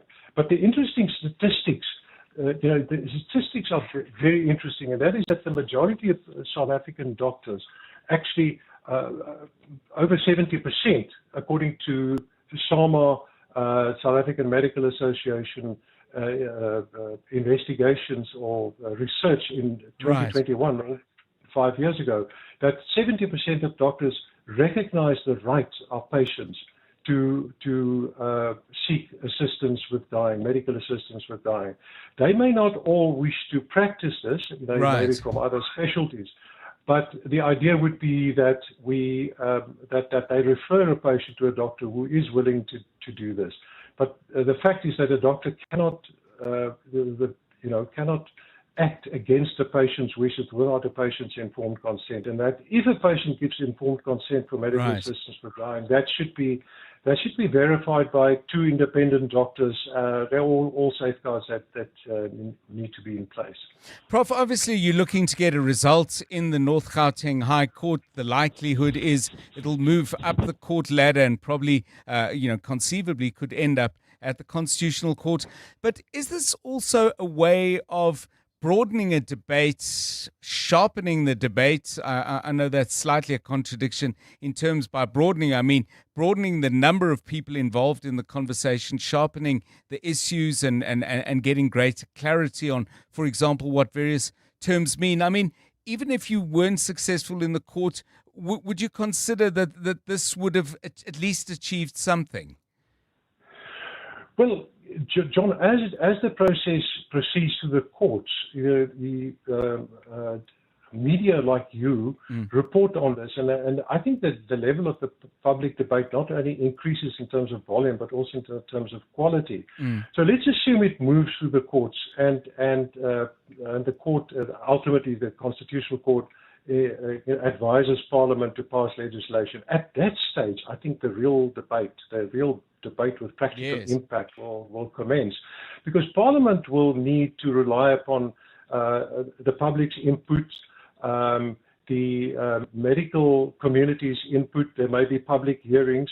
I think then the public participation in the debate would be crucially important. But I mean, you're quite right. Even if we do not succeed in our application, and we look forward to the arguments that would be produced why we might not succeed, then it has, the debate has moved on. Yes. It's on a different level, and it may be that at the next, in 5 or 10 years from now, we progress to the point where it becomes law.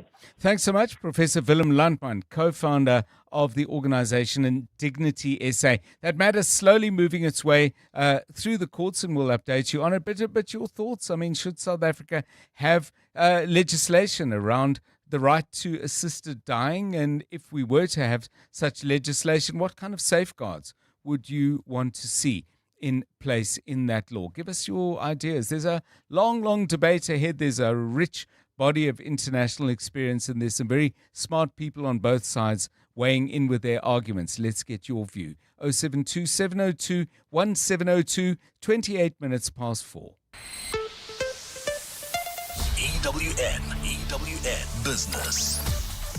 Stephen Curtis, a very good afternoon to you. Good to have you with us. What's happening on the markets? Afternoon to you, John. Not too shabby. We're up 0.12%, 110,416 points. Financials up 0.7%. Industrials up 0.42%. Resources down 0.85%. Brent crude still above $85 a barrel. All sorts of things going on in the Middle East, I'm afraid. And the sort of latest is that Iran's asked Yemen's Houthi movement to close the Red Sea oil route if the U.S. goes ahead and does strike Iranian power supplies. That will really change things, I'm afraid, and make things very, very difficult indeed. Some of the oil prices are pushing up shares like Sasol. They're up 3% today. Grunrod's up 3.44%. It's been a very interesting week for Mondi. They're up 3.69%, and Telkom is up nearly 3% as well. Karoo up 2%. They're the car technology company. They say their CarTrack division been able to increase subscribers by 18% to nearly 3 million vehicles in the second quarter of the year. Karoo's subscription revenues up 19% as a result. Their operating profits up 16% to 410 million rand. Prosus saying it's given an irrevocable undertaking, there's a bad name for you, to sell its 16.8% stake in Delivery Hero to Uber. That's part of the undertaking it gave to the EU when it bought JustEatTakeaway.com. We've been expecting it, but this sort of deal has taken a little while to come through. And then ArcelorMittal putting out another send statement today. They're in talks with the Industrial Development Corporation to try and work out some kind of transaction. They say that they're at an advanced stage, the discussion subject to the conclusion of definitive agreements and various approvals, etc. I do get a sense that maybe they're inching a little bit closer. Gold and platinum miners down today. DLD gold down nearly 5, BHP down 3.37, Sibanye, Anglo, all of them down by around 3%. Datatech down 2.2% as well on the day. In the US, obviously, oil prices weighing on things slightly, but also seems to be chip stocks weakening in the main. And so people also looking, of course, at the new economic data about the U.S. economy. The Dow Jones is up 0.11. The Nasdaq is down 0.79. The S&P 500 is down 0.25%. The gold price, $3,992.34. John, we've been expecting it to go past $4,000, to go back through $4,000 an ounce. And this is where we are. Platinum, $1,649 at 26. Brent crude, $85.27. The rand not too bad to the dollar, 16.42 to the euro, 18.80 actually to the British pound, 22.17. Stephen Curtis, EWN Business. Thanks, Stephen. 29 minutes to 5 on 702 Drive. Let's get the latest eyewitness news now. Starting off in Stellenbosch, a day of sadness and pride as well as people gather to pay tribute to Jaden Adams. Mongezi Koko has that story and some others besides. Thanks, Ndate John. A very good afternoon. Let's start here, in fact. The South African Social Security Agency has dismissed 4 officials from its Limpopo division over a 33 million rand social grant fraud scheme.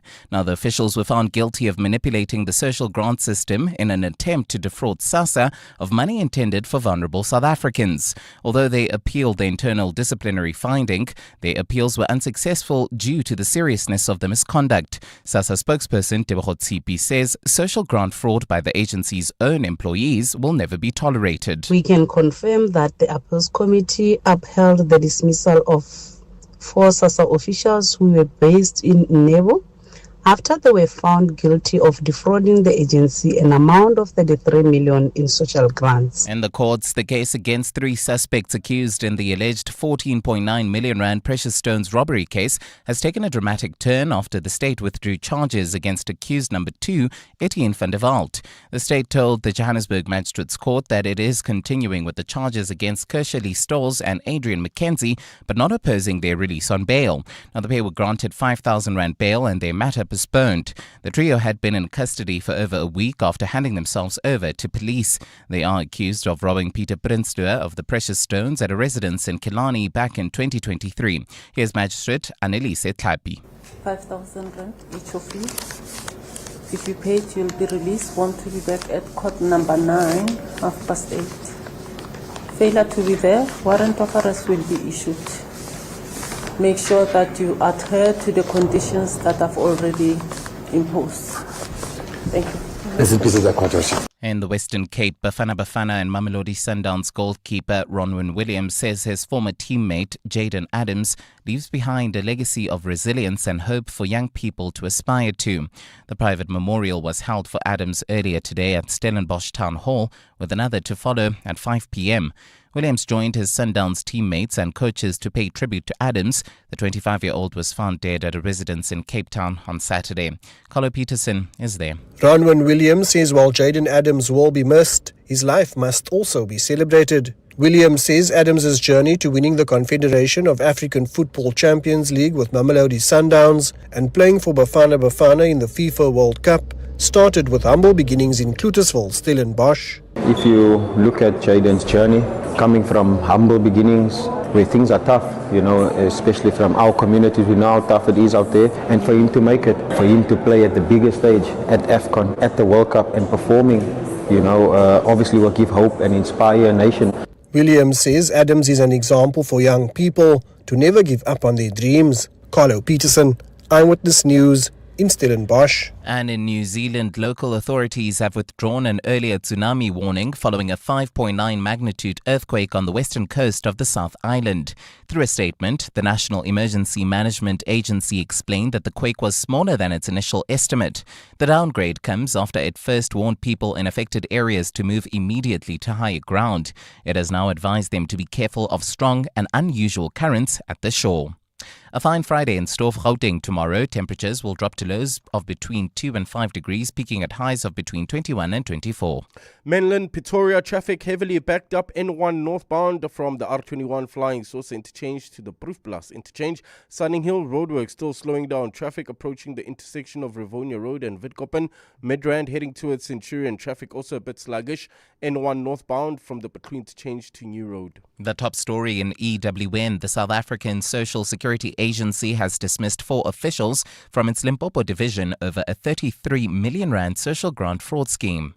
702 Afternoons. With Relebohile Maboja, 1 to 3 p.m. That one thing you want to do before you die, more than just like a bucket list item, it is something that, you know, for a fact you would regret in the afterlife. Haunto Zola Zola lost, not knowing where to go. Pastor Lynn, do you commit rent? Relebohile, there is one thing I'm praying for God not to take me before doing it. It is to build him a house of worship. So you want to build basically a church? A church. What have you done so far to try and make this happen? Have you been fasting? That one you don't even have to ask about it. I don't know. Maybe I have overdone it. The fasting and prayer, I have overdone it. 702 Afternoons. With Relebohile Maboja. Let's walk the talk.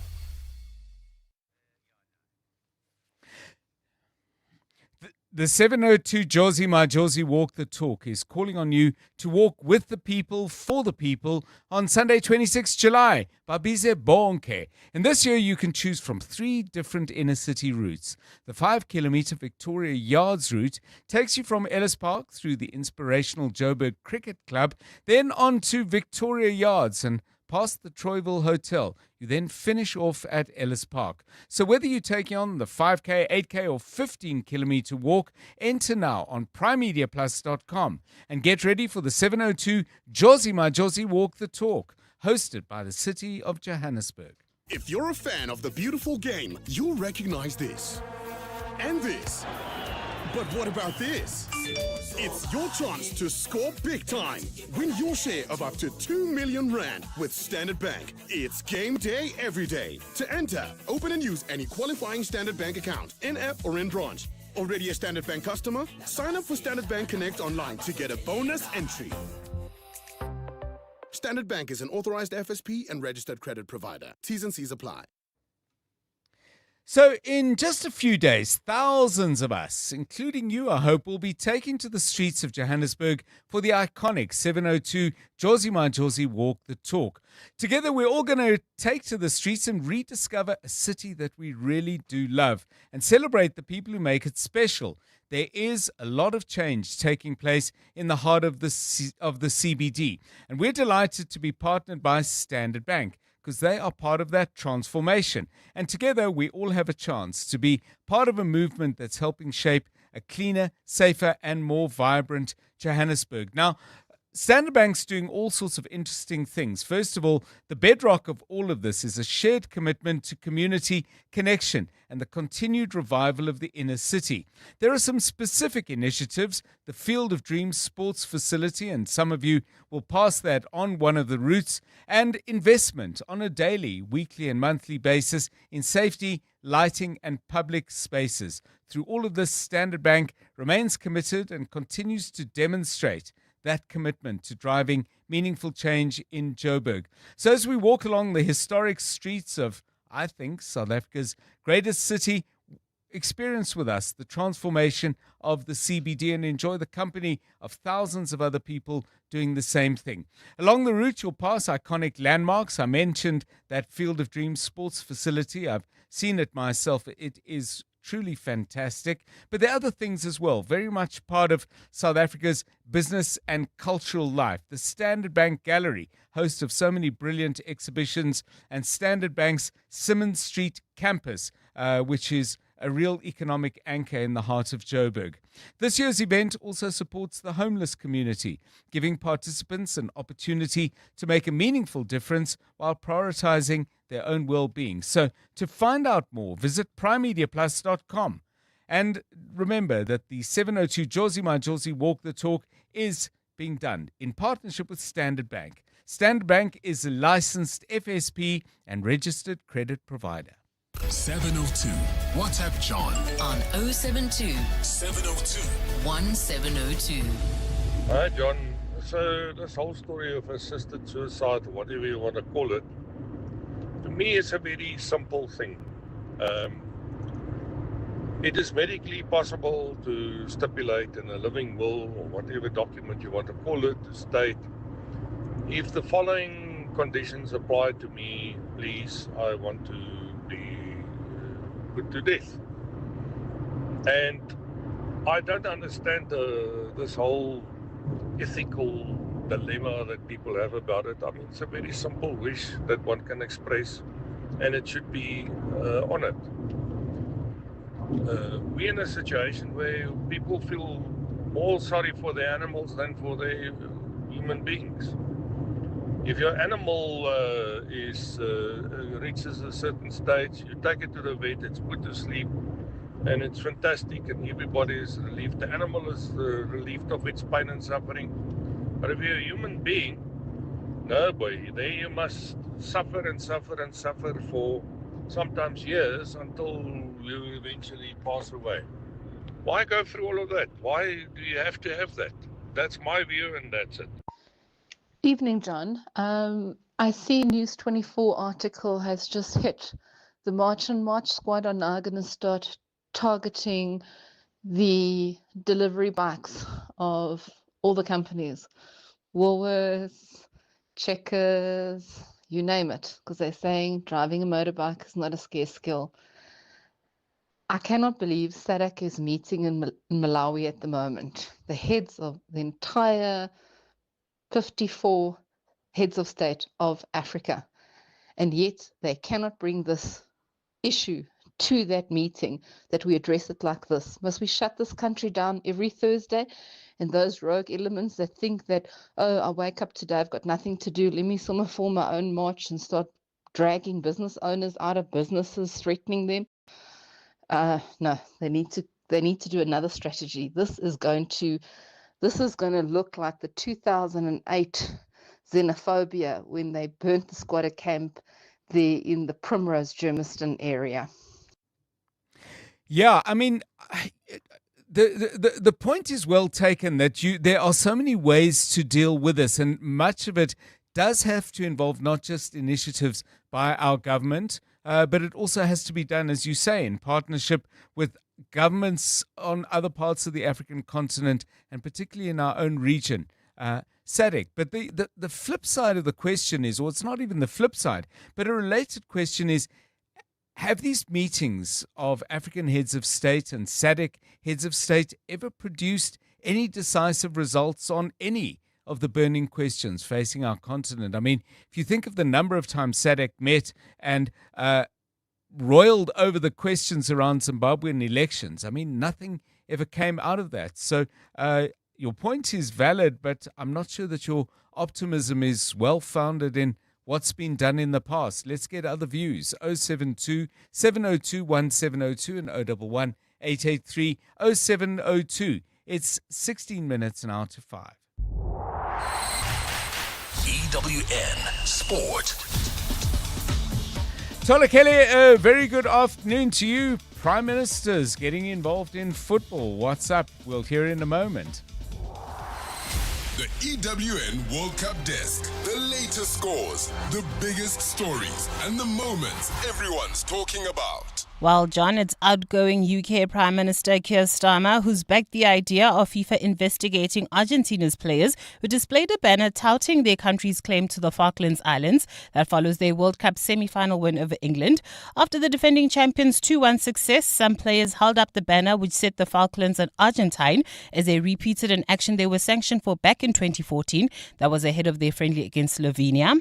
On the pitch, criticism continues to roll in for Thomas Tuchel following a change in tactics having taken the lead. They were 1-0 up in the 55th minute thanks to Anthony Gordon's strike, but then opted to sit back as Ezri Konsa, Dan Burn and Nico O'Reilly were brought on to shore up the defence. Germany's World Cup winning striker Thomas Muller admits he didn't understand the change as late goals from Enzo Fernandez and Lautaro Martinez, so the defending champions complete a turnaround to secure the win.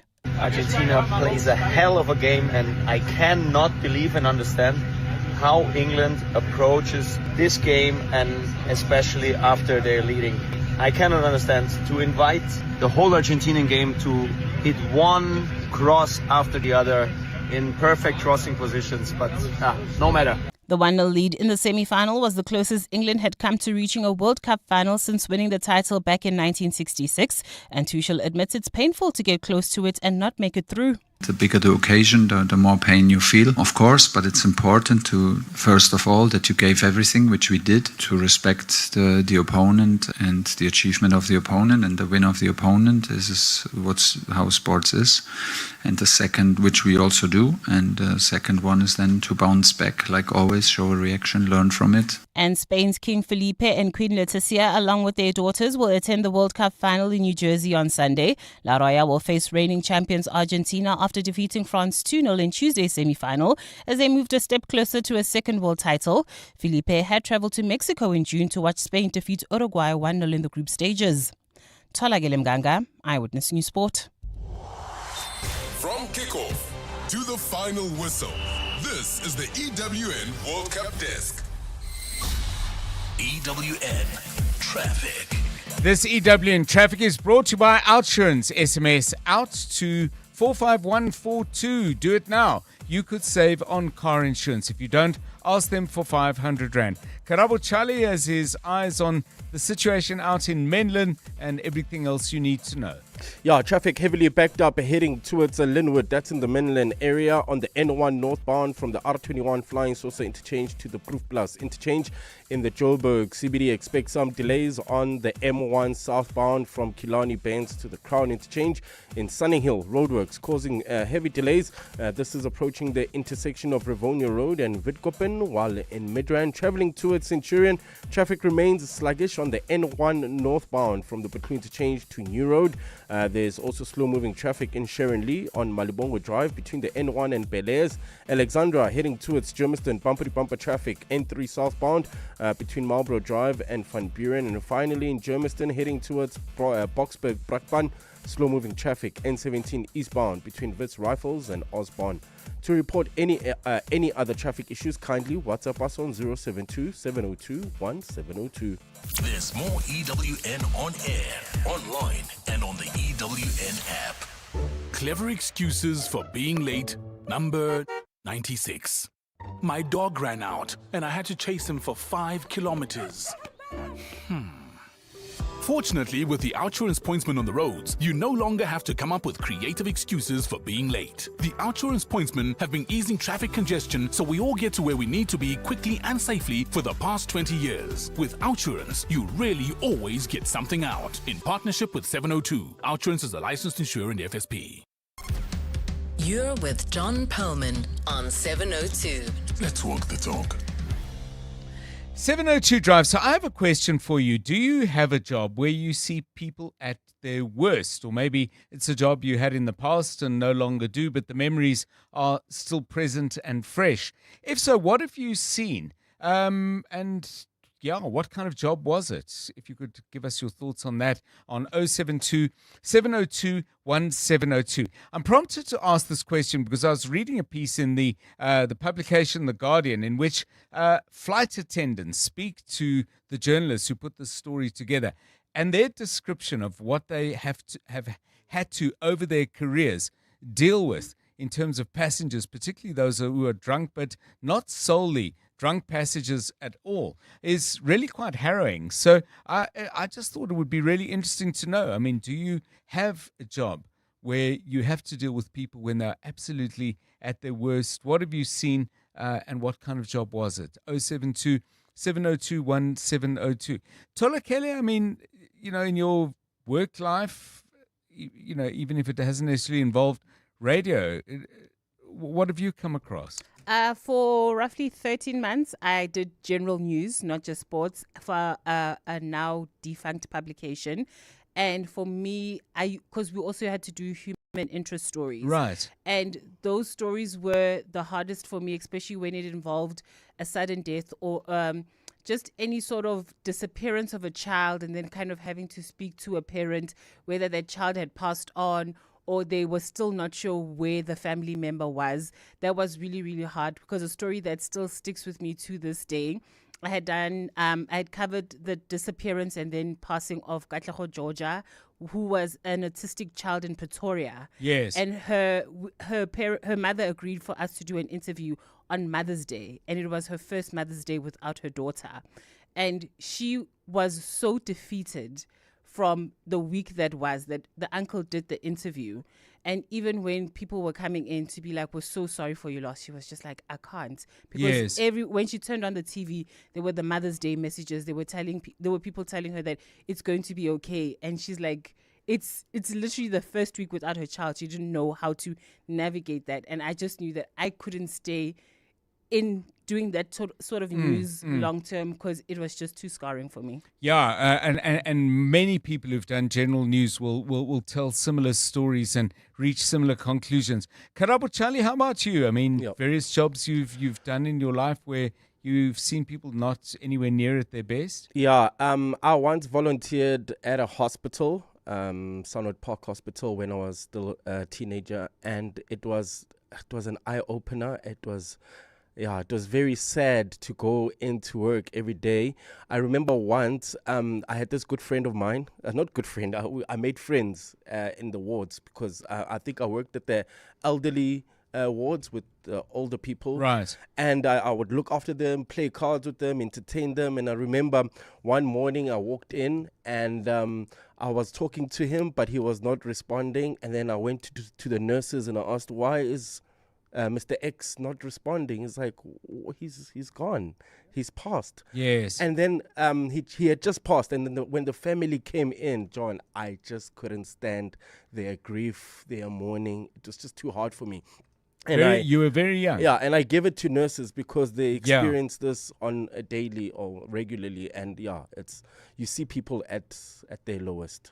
Yeah, give us your thoughts and your stories, please. And where you've seen people at their lowest and in grief, but also jobs where you've had to deal with people who just simply behaving really badly. Give us a call on that on 011 883 0702 072 7021 702, 8 minutes to 5. Whether you're following every match or just the ones that matter most, stay connected to 702 Cape Talk and AWN.co.za to stay connected to the world's greatest game. So, on the pitch, Argentina 2, England 1. Lots of discussion in footballing terms about the decisions made by the England manager, Thomas Tuchel. But also, prompting a huge amount of discussion was a banner displayed by the Argentinian players after the game. Las Malvinas son Argentinas, making reference to the 1982 Falklands War and asserting that the island that the British refer to as the Falklands belongs to Argentina. This conflict and tension between Argentina and England has very long roots, deep ones. Football terms, it goes back to the mid-1960s, and obviously on a much more fundamental level, the war in 1982 that I referred to.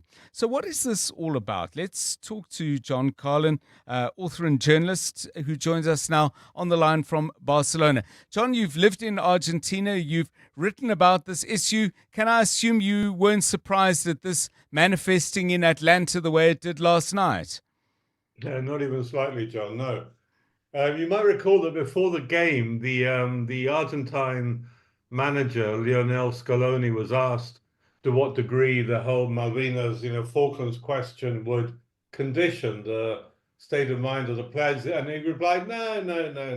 It's just it's an important game, but just a game of football. Stop talking about that, which immediately reminded me of an interview I did with Diego Maradona 40 years ago, on the very day before the famous Hand of God goal, the England-Argentina quarterfinal in the Mexico World Cup. And I asked Maradona the same question. Don't forget, this was only 4 years after the end of the Falklands War, which Argentina lost. And I said, so Maradona, what about the Falklands as, being a shadow over this game that's coming up tomorrow? He said, no, stop it. You journalists, you're all the same.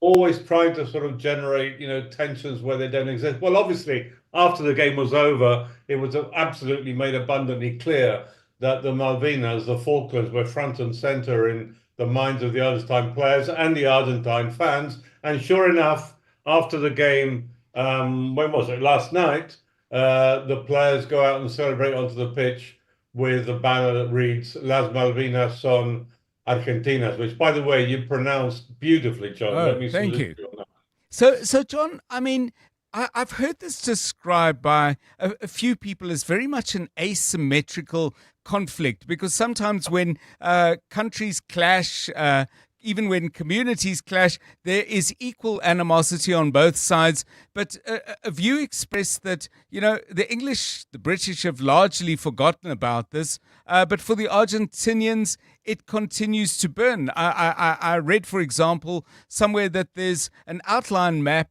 of the Malvinas, the Falklands, can be seen on buses in major Argentinian cities. Tell me about it, John. Yeah, well, look, I was, as you may recall, I was brought up in Argentina between the age of 3 and 10. And when I was at school in Argentina, I had this rather fearsome, very small but fearsome teacher called Señorita Cora, Yes. who drummed into me and the rest of the class practically every single day that the Malvinas belonged by rights to Argentina, not to Britain, and that the English, as you call them, were pirates, the piratas. Yes. And this word piratas, pirates, is the one that is forever and to this day universally used by Argentines to refer to the English. What it is that, the experience that I had as a child, this experience every Argentine child has, and you get it drummed into you. It's almost a kind of brainwashing. And so it means that, for example, in 1982, the Falklands War happened as a result of the Argentine military junta, a barbaric military junta, being suddenly under pressure, fearing they'd lose power. And so they launched a military assault on the Malvinas, thereby overnight transforming what had been a very angry feeling towards them among the population to a feeling of shared joy that the Malvinas had been, recovered, as they put it. Of course, that was short-lived because 2.5 months later, the British recovered it. But one cannot stress too much the way that, to my mind, completely irrationally and disproportionately, Yes. this Malvinas issue is lodged in the consciousness of the vast majority of the Argentine population. And then, of course, there are the physical, the football. I don't know if I can call them manifestations. I don't know if this is icing on a much larger and bitter tasting cake. But the hand of God goal in 1986, David Beckham's sending off in 1998. Last night's game may have some of those kind of reverberations, and all the way back to 1966, a really, I don't know if you could call it brutal, but a certainly hugely combative World Cup quarterfinal that England happened to win on their way to winning the trophy. Is the football stuff peripheral, or is it weaved into the story you've just told us? No, it's absolutely, the two absolutely converge. And it's the reason why England-Argentina is quite unique in being the only sort of intercontinental national teams equivalent of, the furious, acrimonious derbies that we see at club level all over the world. Kind of, like Barcelona, Real Madrid, also charged with history. But you're absolutely right. I mean, in parallel, or maybe indeed converging with all that Malvina stuff, which is so important to the Argentines, you have a history of acrimonious encounters. I was actually, as a very small child, at that 1966 game, quarterfinal, England-Argentina, that England won 1-0 at Wembley. And what happened there was a dirty game, but most significantly, the Argentine captain was sent off after 35 minutes. And that precipitated a whole sort of, sequence of bad blood between the two countries on the football level. English fans took to calling Argentines animals. That's what they would chant when they played, in future games. And the Argentines, well, I mean, I'm not even going to sort of translate because this is a family show, John, what they say about about the English. And as you say, then you had the hand of God, which, I was at that game too. I was at the Azteca Stadium in Mexico watching that game. And there were 120,000 of us in the stadium, and everybody saw it was a handball except for the referee. Yeah, thank you, John Carlin. Boy, we could talk for ages about this extraordinary history. 702 Drive.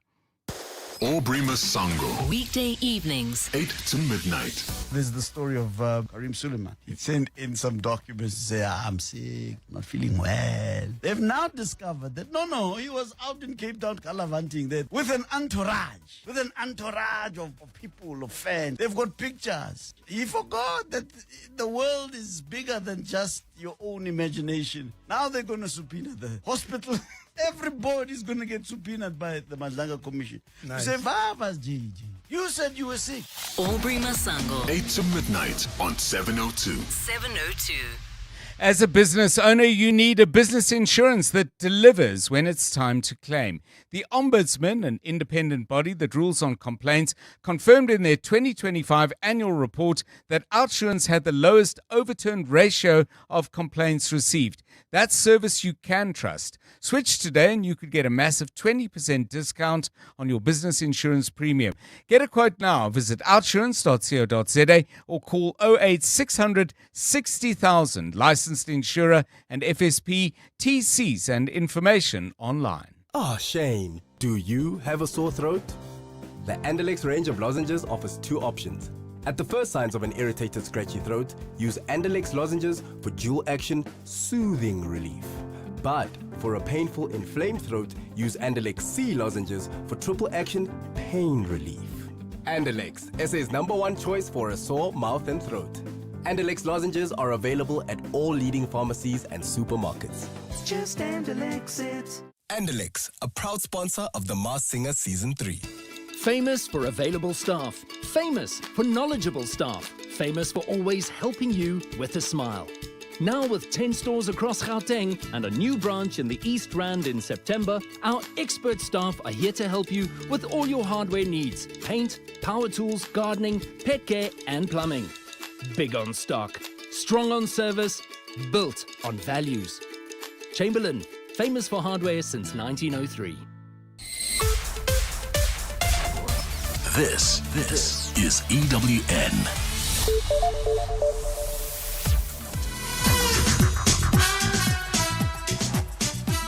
The acting fraternity mulls over Sputla Sebohodi's death, and Uganda's health ministry discharges its last Ebola patient. A very good afternoon. I'm Monkey Zikoko. The death of veteran actor Sputla Sebohodi has sent shockwaves through the acting industry, with many of his industry colleagues describing his passing as sudden. Sebohodi, best known for playing Kenneth Mashaba on popular TV soapy Generations, died yesterday following complications related to diabetes. The 62-year-old's death comes just a week after he presented the production The Black Moon at the National Arts Festival in Makanda. Renowned actor Siloma Kekangube says the South African entertainment industry has lost a giant. I am so saddened by his passing away. I mean, when I started playing, me and Sputla started our, playing our trade at the same time. Meanwhile, actress and radio presenter Tando Tabete says Sebohodi was an amazing person to work with. And I think initially when you first meet him, I mean, he's Kenneth Mashaba. It's a big deal. But once you get to know him, was just a hilarious human being who, didn't look down on us who are, his juniors. So really a sad day, and sending condolences to his other colleagues and, of course, his family. In Pretoria, senior investigator at corruption watchdog IDAC, Brian Padiachi, continues to be grilled at the Madlanga Commission about his motivations to probe senior crime intelligence officers. Last year, IDAC arrested crime intelligence head Dumisani Kumalo and several other officers for fraud and corruption. The charges related to the alleged unlawful appointment of an inexperienced person to a senior role within crime intelligence. Thabiso Goba reports. The Investigating Directorate Against Corruption is a specialized unit within the National Prosecuting Authority with a mandate to investigate high-profile, complex financial crimes. As such, IDEC investigations are triggered by Section 27 of the NPA Act. The section says complaints to IDEC must be through a sworn affidavit which outlines the nature of suspicion and the grounds for it. Senior IDEC investigator Brian Padiachi was asked whether his probe into crime intelligence senior officials met the criteria outlined in the section. I conducted an investigation that flew from a briefing from my chief investigator. I did a bona fide investigation. Whether some of these things fell out of the mandate of IDEC during the course or in the course, I cannot say, I did something wrong. I'll tell you that you actually did do something wrong. Commissioners have stressed their questions are aimed at trying to find out IDEC's motivations and not to pronounce guilt or innocence in the case. Thabiso Goba, Eyewitness News. The case against the man accused of the murder of EFF Tshwane Secretary Monica Dube has been postponed to next Thursday for a formal bail application. Sipho Mahlangu made a brief appearance in the Cullinan Magistrates Court today following his arrest by the police's political killings task team. Dube was targeted by armed men outside her home in the north of Pretoria last month. She had previously survived an attempt on her life in March after being shot 11 times and spending weeks in intensive care to recover. Police spokesperson Amate says investigators believe Mahlangu was a hired hitman. So we are looking for the hit orderer. I think as investigations unfold, they will uncover who ordered the hit and what was the motive behind her being killed. President Cyril Ramaphosa says he can't be blamed for any delays to his parliamentary impeachment inquiry as a result of his legal challenges. The Western Cape High Court has reserved judgment until next week on whether to grant him an interdict to stay proceedings of the impeachment committee. Ramaphosa's legal team had argued that Parliament should do whatever it takes to deal with the matter since it's already been 4 years since the impeachment report Ramaphosa is challenging was produced. Lindsay Dentlinger reports. Advocate Wim Trengove has challenged the assertion of opposition parties that the president is seeking to delay accountability by also bringing a review of the independent panel report that has led to the Section 89 inquiry and which is only due to be heard by the same court in September. Trengove says despite the competing demands of parliamentary business, the inquiry should not be delayed as a result. This is a high priority task of the committee, and the committee should, instead of taking its annual break, do whatever is necessary to hear and determine this complaint as and when the time comes. Trengove says for whatever reason the proceedings may be delayed, it's up to the impeachment committee to work around the parliamentary schedule to exercise its work. The burden of that delay for their own purposes should not be borne by the president.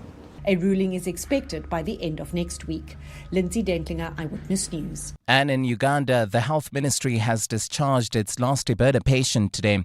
The department says this marks a successful containment of the outbreak that had spread from neighboring Democratic Republic of Congo. Uganda must now pass 42 days without a new case to be declared officially Ebola-free under World Health Organization guidelines representing 2 full incubation periods of the virus. Now, there have been more than 2,000 confirmed cases, including 754 deaths in DR Congo since the outbreak was declared in mid-May, and the WHO warns that the real numbers may be 2 to 4 times larger. Despite a porous border with the affected regions, Uganda has reported only 20 cases and 2 deaths, mostly Congolese nationals who crossed the border. Gold is trading at $3,996.88 an ounce. The rand is at 16.43 to the dollar, 22.16 to the pound, 18.80 to the euro.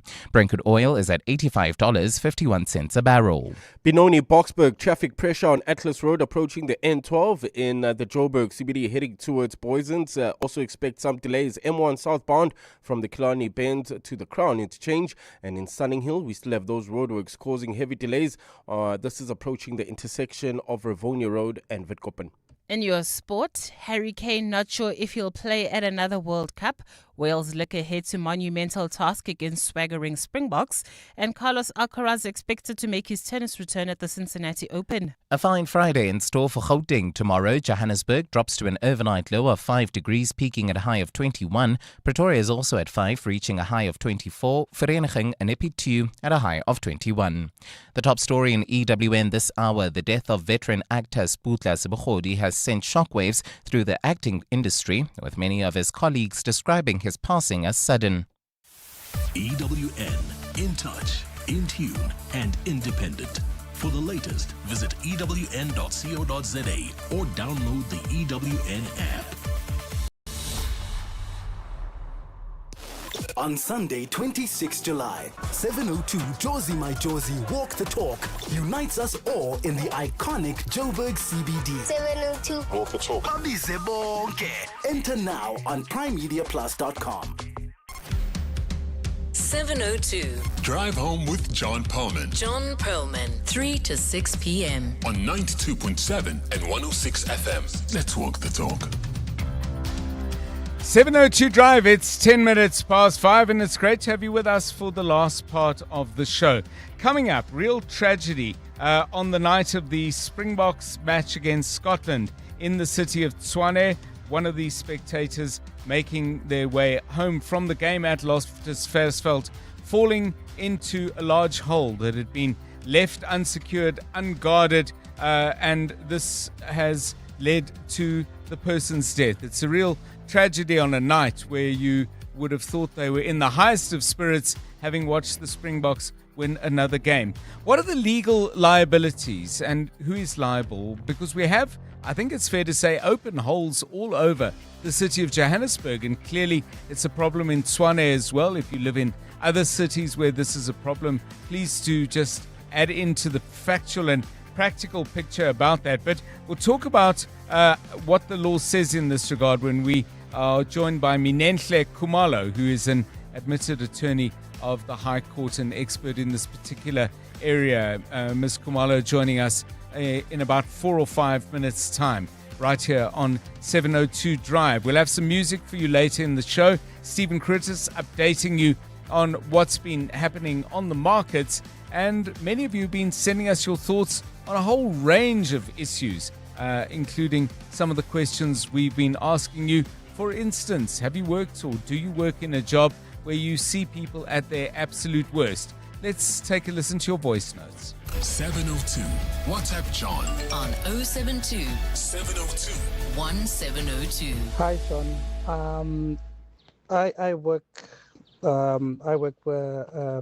in a company where we deal with complaints, particularly people claiming life cover, funeral claims. So I always deal with people that are in a really, really bad space, and they're unhappy because maybe they've been rejected or something. So, yeah, so you really, really see people at their worst because they're distraught, obviously, because they're going through a loss of life, and at the same time, they've been rejected. Many a time, you find that actually the rejection reason is actually correct, but it doesn't change how painful it is for them. And what they're going through, and then they resent insurance companies because of that. But yeah. Yeah, thanks for those. Please do keep them coming on 011 883 0702 and 072 702 1702. 13 minutes past 5. We're going to give you traffic news in a moment. But I did mention we will, as we always do, on the show Monday to Thursday, do some music at the end of the show. On a Friday, of course, we have music, but as part of our regular feature, a song, a book, and a dish. But we create a theme and we ask you to send us music based on that theme. We thought with the World Cup coming to an end, already done and dusted in terms of venues in both Canada and Mexico, the other two co-hosts, 2 more games to be played in the United States. So we thought before they shut down World Cup 2026 in the US of A altogether, we'll ask you for songs that have cities or places in the US in the title of the song. Here's one from Paloma Faith.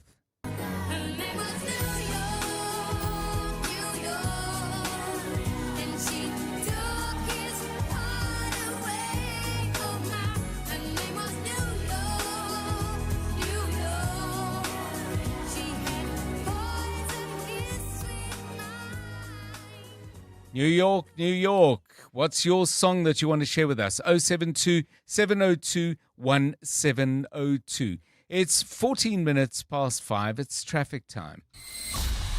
EWN Traffic. This EWN Traffic is brought to you by Outsurance. SMS the word out to 45142 now and you could save on car insurance. If you don't, ask them for 500 Rand. Benoni and Boksburg both busy. Karabo. Yeah, Benoni, Boksburg, this is on Atlas Road. There's traffic pressure approaching the N12, while in Kloerkoop, still in Ekurhuleni, traffic congested on Ellendale Road. This is between Mastiff and Zierfontein Road, while in Midrand, traffic heavily backed up.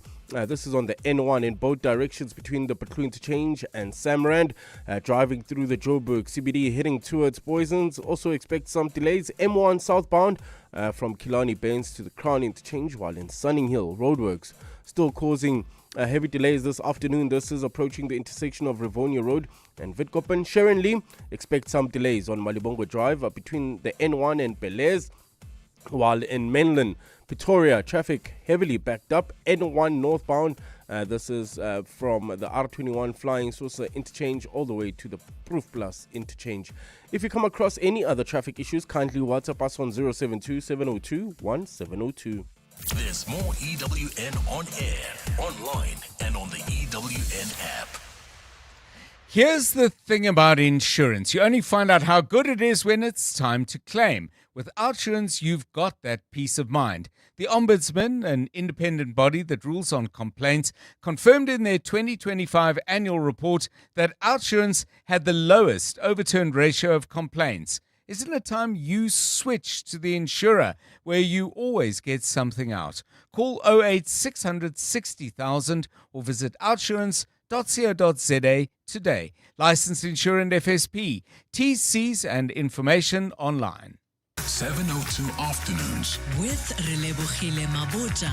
1 to 3 p.m. So now let's get to the part about the separate areas, and maybe you can give us context about how the Islamic faith views men and women differently. The first thing that when we talk about designated separate area for men and women, the question arises, what is the reason to have a separate areas, So attraction between men and women is a natural, is a part of nature.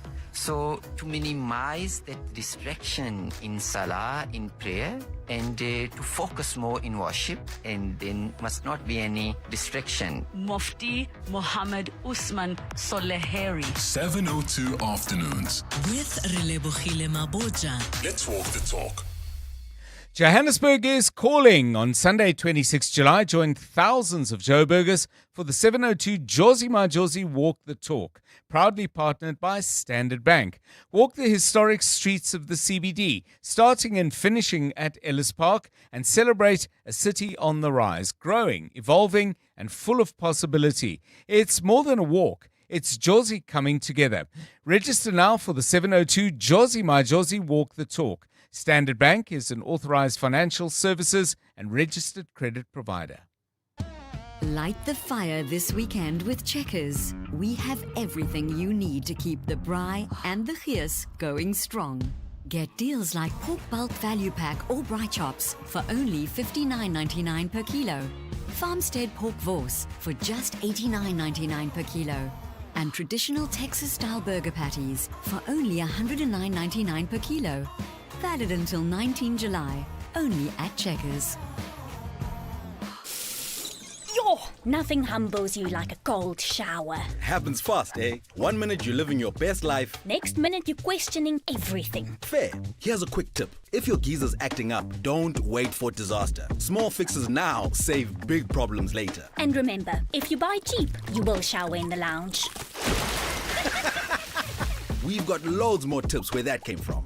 Quickot, #1 in water heating solutions. Quickot, add warmth to life.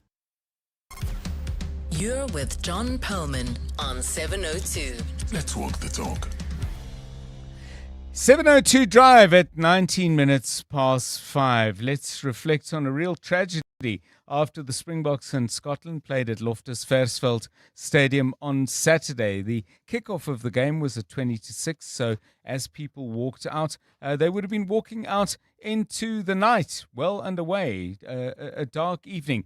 Tragedy for someone called Higo van den Berg. He had come to watch the game from his home in Secunda in Mpumalanga, and our thoughts go out to him and his family because it was discovered after they couldn't find him. He hadn't turned up at the place where he and his group of friends and family were staying, that he'd fallen into a hole at an excavation site near the stadium and died. Now, this is going to be, we understand from the police, the subject of an inquest, but it raises some broad questions because I have to say, I come across holes in pavements on quite a regular basis. I really do, and some of them have at one point had reflective tape around them, but that often gets removed, and the problem is many of these holes, as various metros go about doing their business but seemingly not always finishing it, eventually the perimeter security around these very large excavations starts becoming more and more redundant as time passes. So what does the law say? Minenhle Khumalo is an admitted attorney of the High Court of South Africa and joins us now on 702 Drive. Ms. Khumalo, welcome and thanks so much for giving us your time. What does the law actually say? And, have attempts to either prosecute municipalities or perhaps agencies of municipalities been successful? Good afternoon to you. Good afternoon, John. How are you? Yes, doing well, thanks. Hope you're well too. I am. I'm well. So, ordinarily, in cases like this, we usually see it playing out in civil court. So that's Okay. In the civil manner around delictual liability. So we have to ensure that. So how this whole thing is looked at, it's did the municipality or whoever's responsible take the adequate steps and reasonable steps to prevent such a tragedy from occurring? So if the family would decide to claim, this would traditionally be instituted under the common law. I'm going to butcher this, but we call it in dialect. It's actio les equele, because it's a delictual remedy for recovering patrimonial losses caused by another person's wrongful neglect and conduct, Right. whether it's an act or an omission. Yes. I'm just thinking as you were speaking, Ms. Khumalo, that, if it goes to civil court and somebody wins a claim, it really doesn't deal with the responsibility and the lack of responsibility of people who should have made sure this didn't happen, because we have a long and I'm afraid very sad and expensive history in this country of government departments. It's not their money. They actually don't particularly care. They pay it out, and we see this with the police. We see it with the Department of Health. If there were to be a criminal prosecution, does any aspect of our law actually provide for that? Yes, so they could be. So if this inquest comes out and they say that there was gross negligence and they have a person that they can point at, then reasonable steps would then have to be taken by the NPA to institute criminal action against the responsible party. But as we know, you can't really arrest a municipality, a juristic person, as many may call it. So it would be difficult to point out whose job exactly it was to ensure that this area was taped off or was guarded in some way, shape, or form. If it was some form of maybe it was a construct, like you can point out that this is the person that was responsible, then they could prosecute that person, but you can't really prosecute a municipality. The best that you can do is either loss of support or wrongful death suit against said responsible party, if it is a juristic person or even a municipality. What's I mean, we certainly have more holes. Are we having more claims? Yes. I mean, are the courts getting busier with this? Yes. There are a lot of cases that we're seeing coming into court. There was one that was just recently in Cape Town. It was this year. Unfortunately, that gentleman lost the case, because we must also look at a reasonable person's steps, right? So there's this hole. it hasn't been taped off. But as a reasonable person, could I have done anything to avoid falling into the hole and being injured, or in this case, the tragic death of this gentleman? So we have to also look at those things in law, or especially in civil litigation. We do look at all of that, and that's governed by the Apportionment Act. So we have to apportion all of those things. Would a reasonable person have taken the steps? And if those steps were taken, could this still have happened? So that's usually the test. I mean, one of the things, as one of our listeners points out, Rian points out that not only was there a 3 to 5 meter hole, it was on Linwood Road, one of the main roads in Pretoria, but it was also dark, and the street lighting was inadequate. So I'm responding and with interest, Ms. Khumalo, to your point about a reasonable person. I mean, a reasonable person might say, well, not only was there a huge hole, but the same entity responsible for an unsecured hole has also failed to make sure the lights are on. I get that you can divide responsibility up, but surely the division of that responsibility could actually end up bringing other metro and municipal entities into the conversation. Yes, definitely. So that's when I then take it back to the reasonable steps. So Yes.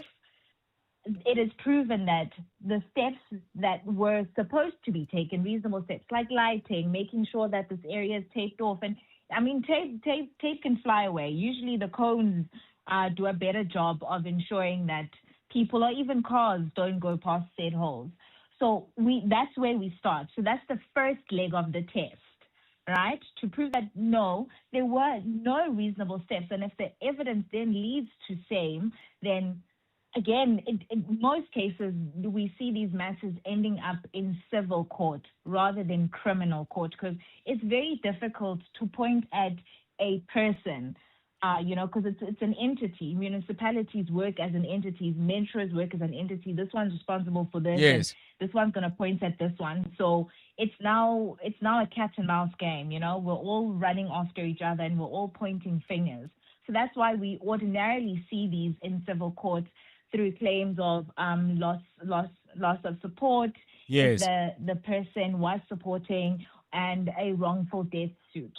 Thank you so much, Minenhle Khumalo, admitted attorney of the High Court, with some thoughts. Well, let's take a call now from Danny on the line from Parktown North, who has had exactly this kind of experience and suffered severe consequences. Danny, a very good afternoon to you. I'm sorry to hear about what happened to you. Briefly, in summary, what exactly did happen? Good day. Hello. Thank you. So I was walking. I'm a member of Walk for Life, and I was coming to the end of a walk. It was about 6:15 in the evening, 4 weeks ago, 17th of June, and came around the corner, approaching the clubhouse. And there was an open manhole, sort of on the grass verge, as it was part of the pavement. Right. And I just stepped into it, basically. And what? It was dark. Yeah. It was dark. The street lights above the manhole, or the lack of manhole, or whatever it was, lack of covered manhole, was out. There were street lights further down the road that were on, but this was out. And there are lots of bushes and trees all over the pavement there, always overgrown, and grass and so on. And I just basically fell into it. I mean, I stepped into it, actually. I didn't even fall. And what have your injuries been, and have you tried to get some kind of compensation for what happened to you? So I mean, so it's still early days. I'm still recuperating. I plan to take it further, but got to put the case together properly and so on. Mm-hmm. I've shattered 2 ribs and broke 5, and Goodness. I've torn the interior cruciate ligaments of my left knee. Wow. Well, listen. So my right ribs and then I had a laceration of my liver, a small one. One of the broken ribs obviously tore it, and a hole in my lungs, in my right lung, where I'd broken the ribs. Well, Danny, we wish you well in your convalescence, and please do update us as you put the case together and you try and get some kind of justice, I think is probably the right word, from the city of Johannesburg. Please do let us know how that goes. 29 minutes past 5.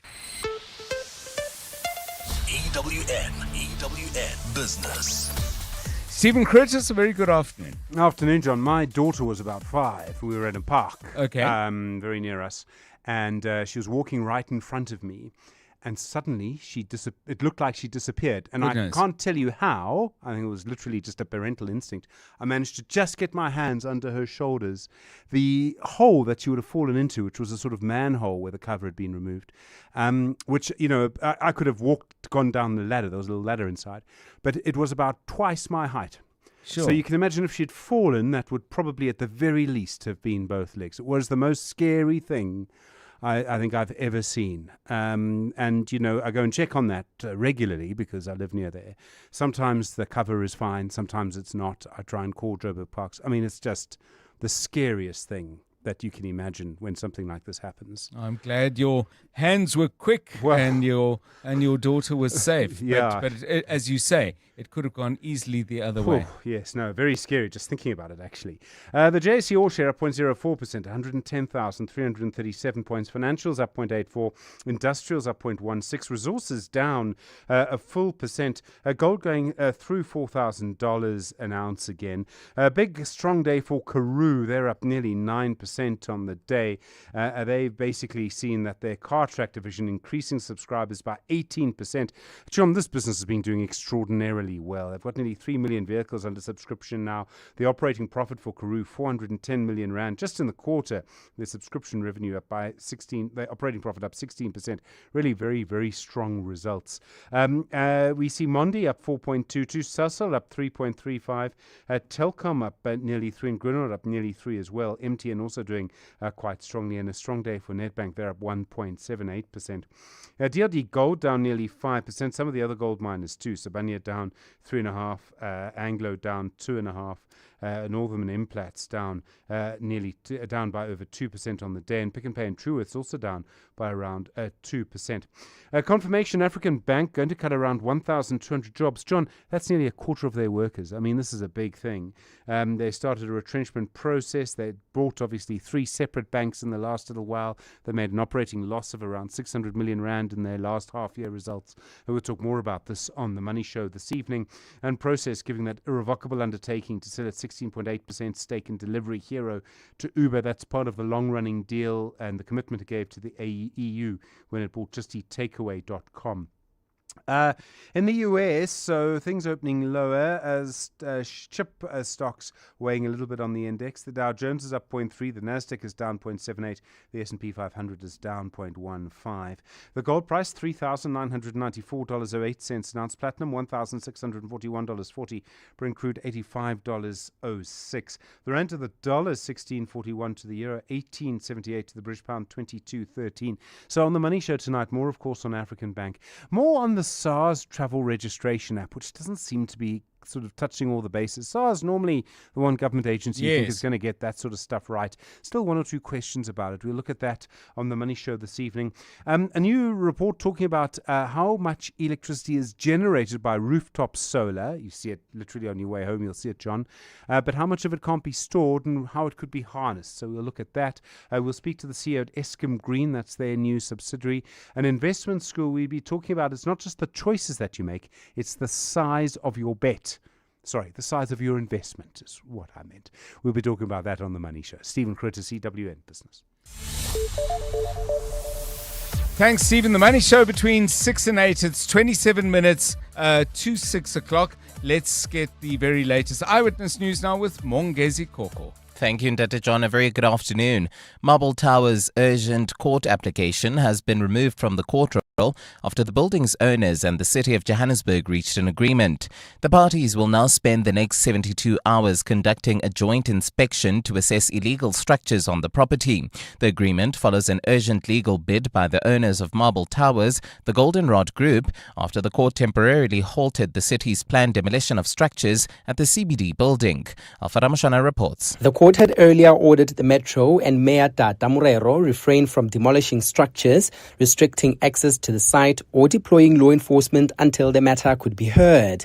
The dispute arose after city officials moved in to remove what they described as illegal structures around the property, arguing that unlawful trading and occupations had continued despite an earlier court order requiring the owner to secure the building. Following discussions between the parties, the urgent application has now been removed from the court roll. Instead, the city and the owners have agreed to carry out a joint inspection over the next 3 days to determine the extent of illegal structures on the property and inform the way forward. The city has maintained that its intervention forms part of its broader campaign to reclaim Johannesburg's inner city and enforce municipal bylaws. Alpha Ramshwana, Eyewitness News. In the Western Cape, teammates and friends of Bafana Bafana and Mamelodi Sundowns player Jaden Adams have shared moving tributes during a memorial for him. Adams was found dead at a residence in Cape Town on Saturday, just days after returning home from playing at the FIFA World Cup. Mamelodi Sundowns players and coaches joined Adams' family at Stellenbosch Town Hall to pay tribute to the midfielder. Carlo Peterson reports. Jaden Adams' former coaches, including Steve Barker and Steve Kompela, described the midfielder as one of the best players they've ever worked with. The Mamelodi Sundowns players and management team, clad in their club tracksuits, were among the mourners at the first of 2 memorial services held in Stellenbosch today. Soft sobs filled the town hall as tribute videos played of the 25-year-old soccer player's life. Adams' Bafana Bafana and Sundowns teammate Ronwin Williams paid homage to his friend. Jaden, your contribution to South African football, thank you. We will miss your quality, your passes, your vision, and your brotherhood. Adams' funeral will be held on the 25th of July. Carlo Peterson, Eyewitness News at Stellenbosch Town Hall. The South African Social Security Agency has dismissed 4 officials from its Limpopo division over a 33 million rand social grant fraud scheme. The officials were found guilty of manipulating the social grant system in an attempt to defraud SASSA of money intended for vulnerable South Africans. Although they appealed the internal disciplinary findings, their appeals were unsuccessful due to the seriousness of their misconduct. SASSA spokesperson Tebo Chipi. We can confirm that the appeals committee upheld the dismissal of 4 SASSA officials who were based in Nebo after they were found guilty of defrauding the agency an amount of 33 million in social grants. And in Italy, a court has sentenced a former executive of Italian motorway network Autostrade to 12 years in jail for his role in a deadly bridge collapse that killed 43 people in 2018. Judges found Giovanni Castellicelli guilty of negligence related to the bridge collapse and vehicular homicide, but handed him a lower sentence than the 18 years behind bars sought by prosecutors. Family members of the victims were in court today as the sentences of defendants were quickly read. Now, the hearing lasted less than 20 minutes. The verdict ends a trial that lasted 4 years, which was largely focused on the lack of maintenance of the bridge that was inaugurated in 1967. Castellicelli is already serving time for his role in a 2013 accident in which a bus crashed through the barriers of a viaduct, killing 40 people. A fine Friday in store for Gauteng tomorrow. Temperatures drop to lows of between 2 and 5 degrees, peaking at highs of between 21 and 24. Driving into Tembisa, there's bumper-to-bumper traffic approaching the intersection of Allendale and Zuurfontein. In Midrand, also traffic heavily backed up on the N1 in both directions between the Bethlehem Interchange and Samrand.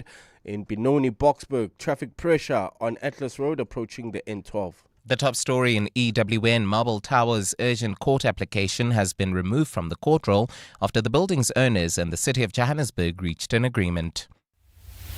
Clement Maniatella. Weekday mornings, 9 to 12. 9 to 12. I had to say I'm very angry. It must never be one of the issues that are going to distract you from fighting crime and fighting corruption and continue to fight. I thought Winnie Mandela died, but Winnie Mandela is multiplied. Yeah, Winnie Mandela is multiplied. Look, I don't think what he's saying there is necessarily weird or wrong. I mean, what he was saying is, we see the mistakes that you've made, and now you know better. you've learned from your mistakes. Like, shouldn't we all be given that opportunity? I get where Julius is coming. But having said that, I also understand that we have to connect the dots. Politicians, as I always say to you, believe them at your own peril. They will always do what's best for them and for their political expediency. That's just how they are wired. Clement Manyatela. 9 to 12 on 702. Johannesburg is more than a city. It's a vibrant energy that connects us all. That's why on Sunday, 26 July, you, ABSA, and thousands of others are coming together to rediscover and celebrate the iconic inner city in the 702 Jozi Majozi Walk the Talk. Join the movement with ABSA and enter the 702 Jozi Majozi Walk the Talk before tickets run out. Secure your tickets at 702walkthetalk.co.za or primemediaplus.com. Jozi, ABSA sees you. Asambe. ABSA is an authorized financial services and registered credit provider. Terms and conditions apply.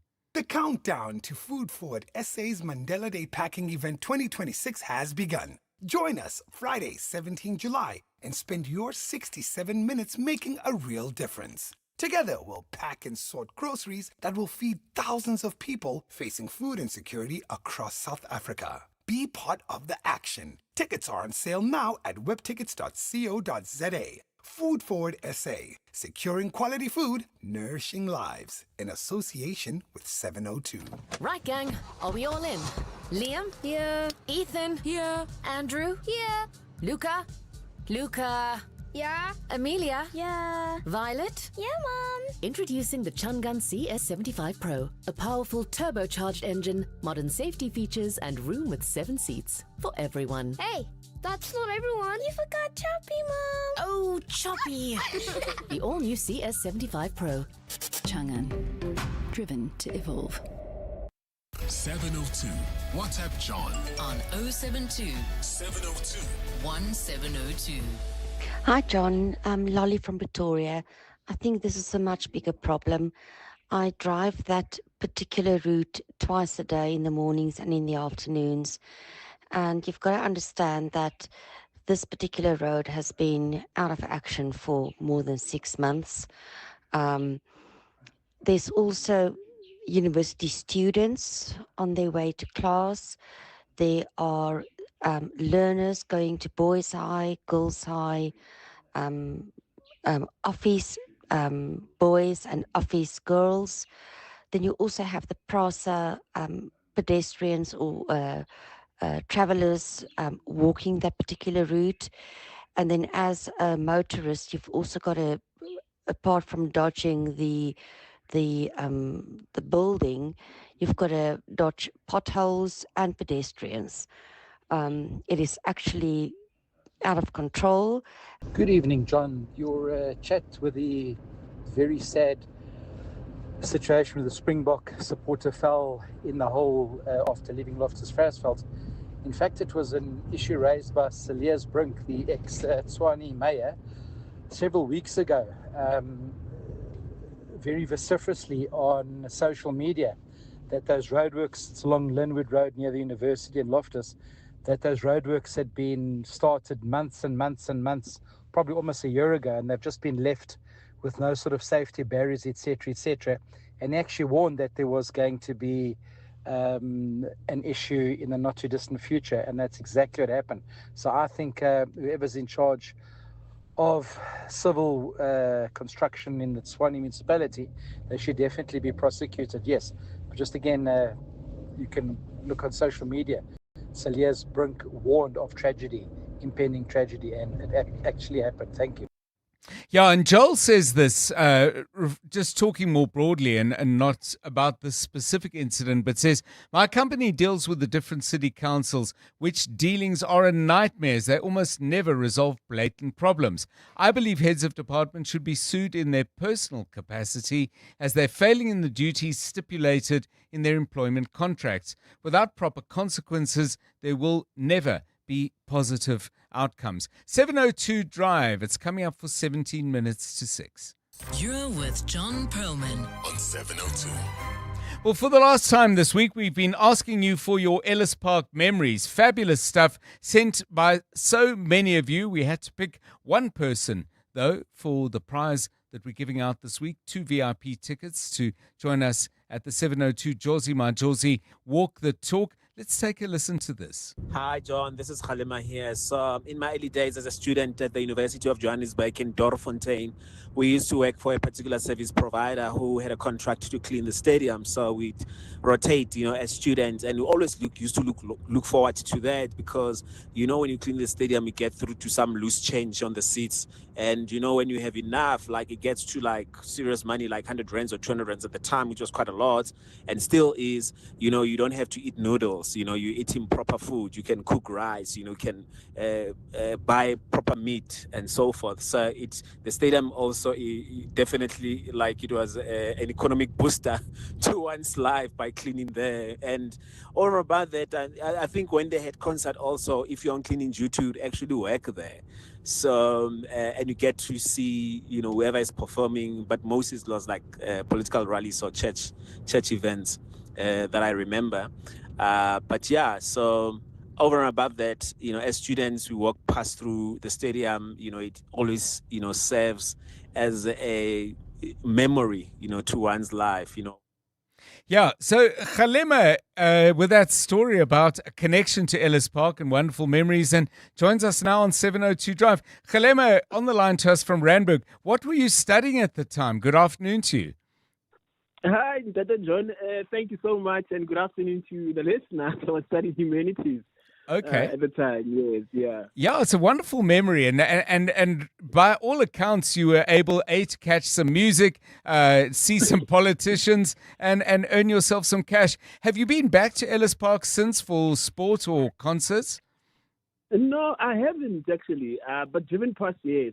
But then just walking, I haven't been in a very, very long time. So, I know it stands still, as one of our iconic monuments there. Absolutely. But yeah, it would be very nice, to revisit, the stadium. It's really, really etched in my memory. I have quite a lot of memories about that side. So Khalema, if I promise you that we won't make you eat noodles, even though we are going down memory lane, we'd love to have you as our guests in the VIP section at the 702 Drive Walk the Talk, and we look forward to seeing you and whoever you choose to bring with you. Join us for a walk first of all, and some wonderful food and some great company, and we'll see you on the 26th of July. 702 Drive, it's 14 minutes to 6. EWN Sport. Tola Kelly Mganga with the latest sport. All that fallout from last night's World Cup semi-final. Absolutely, John. And it's Harry Kane who admits he doesn't know whether he'll continue representing his country following their England semi-final defeat to Argentina at the FIFA World Cup. The striker and captain couldn't help his side take advantage of their 1-0 lead before they eventually lost 2-1 to the defending champions, who will now take on Spain in the final on Sunday. For the Three Lions, they switched their attention to Saturday's bronze medal match against the French. It's too early to talk about that. It's always just about taking it year by year and how I feel. And the England national team is my pride and joy. It's what I love to do more than anything. Obviously, 4 years is a long way away. I'm 33 in the summer, but as you see on the other end with Leo there, he's still performing at the highest level. So yeah, I never want to put a limit on these things. I'll address every situation as they come. But for now, it's just about processing another tough loss with this team. Thomas Tuchel retains the backing of the English Football Association and is expected to lead the team into Euro 2028. That 2-1 defeat by Argentina means England's men's team miss out on World Cup finals, their first since 1966. Meanwhile, the German had signed a 2-year contract extension back in February, having been appointed in January 2025 on an 18-month contract. We're not looking so much forward to, but there's still a match to play, and then there's, of course, then we keep on going for contract until the home Euros, and I'm looking forward to that. Even like now, it's difficult to look that far ahead. A public memorial service is taking place in Stellenbosch at this hour as the life and career of Jaden Adams is remembered. The midfielder passed away on Saturday, just weeks after representing Bafana Bafana at the World Cup and after helping his club Mamelodi Sundowns win the CAF Champions League. Speaking at a private memorial this morning, Captain Ronwen Williams, he praised on the impact Adams had on and off the field. We will miss your quality, your passes, your vision, and your brotherhood. Mr. Tsai, Private Zed, Grootman, we will never forget you. We will carry you in our hearts, carry you on our sleeve, carry you on this badge, and forever you will remain part of us. Jaden, fly high with the angels. We will continue keeping your legacy alive. Rasach me Masakin. Wales face a daunting task against the Springboks on Saturday as they look to avenge last November's 73-0 defeat. Hooker Ryan Ellis will earn his 50th cap for the Dragons in that game and has discussed the motivation in the squad to cause an upset. You know, they're tough to beat anyway, but particularly in their own backyard, they're extremely physical. They're world number one for a reason. They've got dangerous backs, dangerous forwards. You've got to respect them front door, but also, you know, when they pull the trigger out wide, as I say, they've got a wide variety of arsenal. So yeah, it's a big challenge. Hopefully we can muscle up on them because, you know, particularly their forwards are a very powerful pack, and yeah, it's going to be tough. Carlos Alcaraz has entered next month's Cincinnati Open as the world number 3 moves closer to returning from a wrist injury. The 7-time Grand Slam champion last played on tour in April. That's where he suffered an injury at the Barcelona Open. And in a day one update from the Open, Daniel Brown and Sanjay Im are in a share of the lead on 4 under par. That's one shot clear of a group that features 7 players, including South Africa's MJ Dufay. Tholakele Mganga, Eyewitness News Sport.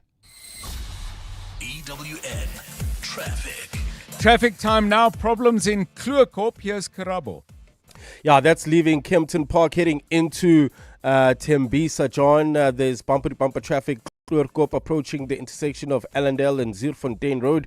Midrand, you can still expect heavy delays on the N1 in both directions between the Klu interchange and Samrand. Benoni, Boksburg, traffic pressure on Atlas Road heading towards the N12. Driving through Sunny Hill, this is leaving Rivonia. Roadwork still causing delays. This is approaching the intersection of Rivonia Road and Witkoppen. And finally, in Germiston, traveling towards Boksburg, Brakpan, expect some delays. N17 eastbound between Wits Rifles and Osborne. If you come across any other traffic issues, kindly WhatsApp us on 072 702 1702. There's more EWN on air, online, and on the EWN app. You're with John Perlman on 702. Let's walk the talk. 9 minutes now to 6 o'clock. So, songs to finish off the show. We thought with the World Cup coming to an end altogether, but finishing up with 2 more games in the United States, songs that mention US cities or places in the title. Let's hear a few of your favorites. 702. WhatsApp John on 072 702 1702. Hey John, there's a song by Tupac Shakur called To Live and Die in LA. West Side. To live and die in LA, where everybody try to fatten their pocket. So many hustle for the cash, so it's hard to knock it. Everybody got their own thing, currency chasing. Worldwide through the hard times, worrying faces. Shed tears as we bury brothers close to heart. What was a friend, now a ghost in the dark. Hard part about it, brother got smoked. Tupac's 5th studio album, To Live and Die in LA. More songs with US cities in the title coming up in a moment. The Midday Report. Weekdays, 12 to 1. Judgment now reserved. The president insisting that this is not an avoidance of the impeachment committee doing its work. What is your reaction to the argument? We are saying there's no merit for the court to grant the interdict that is sought by the president. They have not met any requirements in as far as agency is concerned. What exactly is the president fearing? Because his fear, he says, is that there will be damage, which is not a requirement for agency. Tompile Maotwe. The Midday Report with Mandy Wiener. 12 to 1 on 702. 702. Vandalism and theft of water infrastructure affects everyone. Damage to pipes, meters, valves, reservoirs, and other critical infrastructure can result in water outages, low pressure, sewer spillages, and costly repairs that impact communities across Johannesburg. Johannesburg Water urges residents to help protect public infrastructure by reporting suspicious activity affecting the water network. To report incidents or water-related faults, call Johannesburg Water on 010-061 4470. That's 010-061 4470. Brought to you by Johannesburg Water. Peregrine Capital presents Brian Habana's Count to 100. In my journey to 100, it started with my first cap. then my second, 10th, 50th, 90th, 99th. Brian Habana, his 100th international test. You get to 100 one decision at a time. For 28 years, Peregrine Capital has applied that same discipline to turn 1 million rand into 100 million. Peregrine Capital. Invest in performance. An authorized FSP. Past performance non-indicative of future performance. T's and C's apply. Big advances in health are happening right here in South Africa. Local researchers are studying a new TB vaccine called M72 that could help stop people from getting seriously ill. And programs like Cochimpilo are helping men living with HIV overcome stigma, start treatment and stay on it through peer support and private chat guidance. It's South Africans helping shape the future of global health, supported by the Gates Foundation for 25 years. Partners of human potential. 702 was in conversation with FNB, discussing the 2026 Retirement Insight Survey and the Retirement Reality Gallery. We commissioned some artists to actually interpret our statistics in an artistic manner. You will see how these artists are interpreting the impact of inflation when it comes to retirement. You know, if you can afford a bag of Millie Meal right now, 20 years down the line, you'll probably be able to afford 1 cup of that bag. So that hits harder than us telling you that inflation is going to eat into your retirement savings. Visit the Retirement Reality Gallery at Goodman Gallery in Rosebank until 19 July. Entry is free. Brought to you by FNB. FNB is a division of First Rand Bank Limited, an authorized financial services and credit provider. 702. WhatsApp John on 072 702 1702. Hey, good afternoon, Tata John. On the question of US cities that are in songs, for me, it definitely has to be Bruce Springsteen, Streets of Philadelphia. And I was lucky enough to visit that place quite recently. Thanks, Tata John.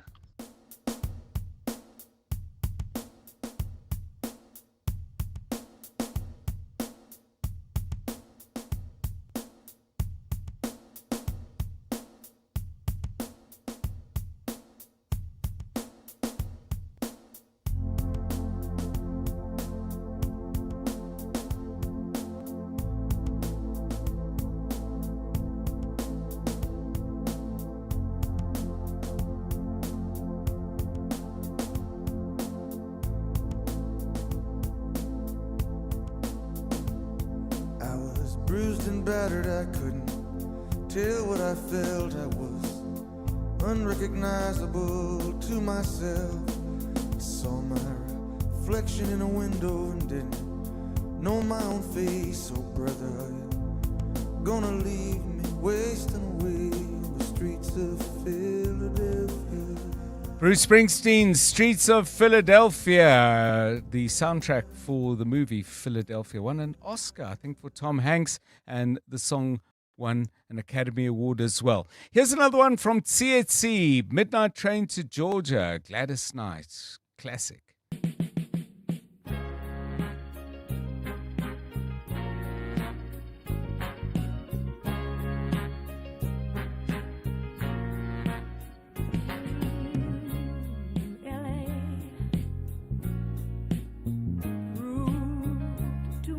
For the man, too much for the man, he couldn't make it. So he's leaving the life he's come to know. Gladys Knight and the Pips, Midnight Train to Georgia. Your voice notes keep coming, so does the music. Good afternoon, Uncle John and the team. My song is Rhode Island is Famous for You by Blossom Dairy, Yvonne Pretoria. Comes from Arizona, peaches come from Georgia, and lobsters come from Maine. The wheat fields are the sweet fields of Nebraska, and Kansas gets bonanzas from the grain. Old whiskey comes from old Kentucky, ain't the country lucky? New Jersey gives us glue. And you come from Rhode Island, and little old Rhode Island is famous for you. Cotton comes from Louisiana. Boy, that's an old one, 1960. I don't think I even know that song. Rhode Island is Famous for You by Blossom Dairy. Brian sent us this right at the beginning of the show. A song really worth waiting for. Take a listen.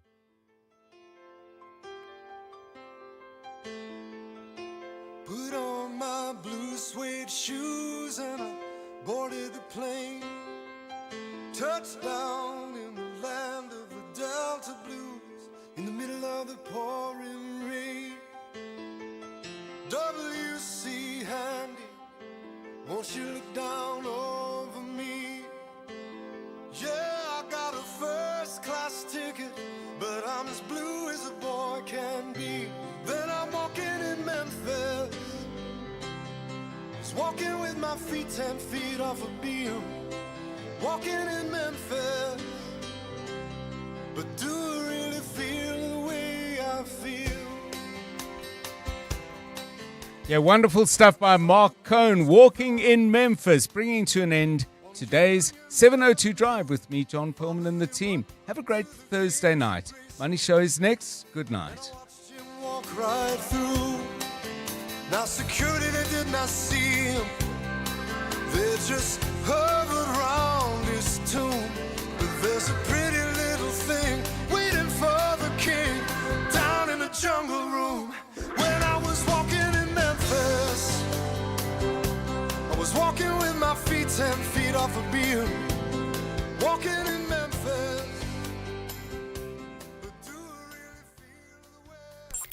And now, The Money Show. With Stephen Grootes, live on 92.7 and 106 FM. Streaming on the Prime Media Plus app. And DSTV channel 856. The Money Show with Stephen Grootes is brought to you by ABSA Rewards. Get double cash back when an African team scores and wins at the FIFA World Cup 2026, courtesy of Visa. T's and C's apply. Good evening on your Money Show tonight. African Bank looks to cut around a quarter of its workers. 1,200 jobs might go after that big spending spree over the last few years. The new SARS app for travellers still seems to have one or two teething problems. How councils around the country are losing out because of all of the unused solar power that's generated on our rooftops, while Eskom's new renewable subsidiary gets the green light to start rolling out its projects. How AI chips killed the smartphone star, and an investment school tonight. Why size matters. All of that to come at first, the very latest Eyewitness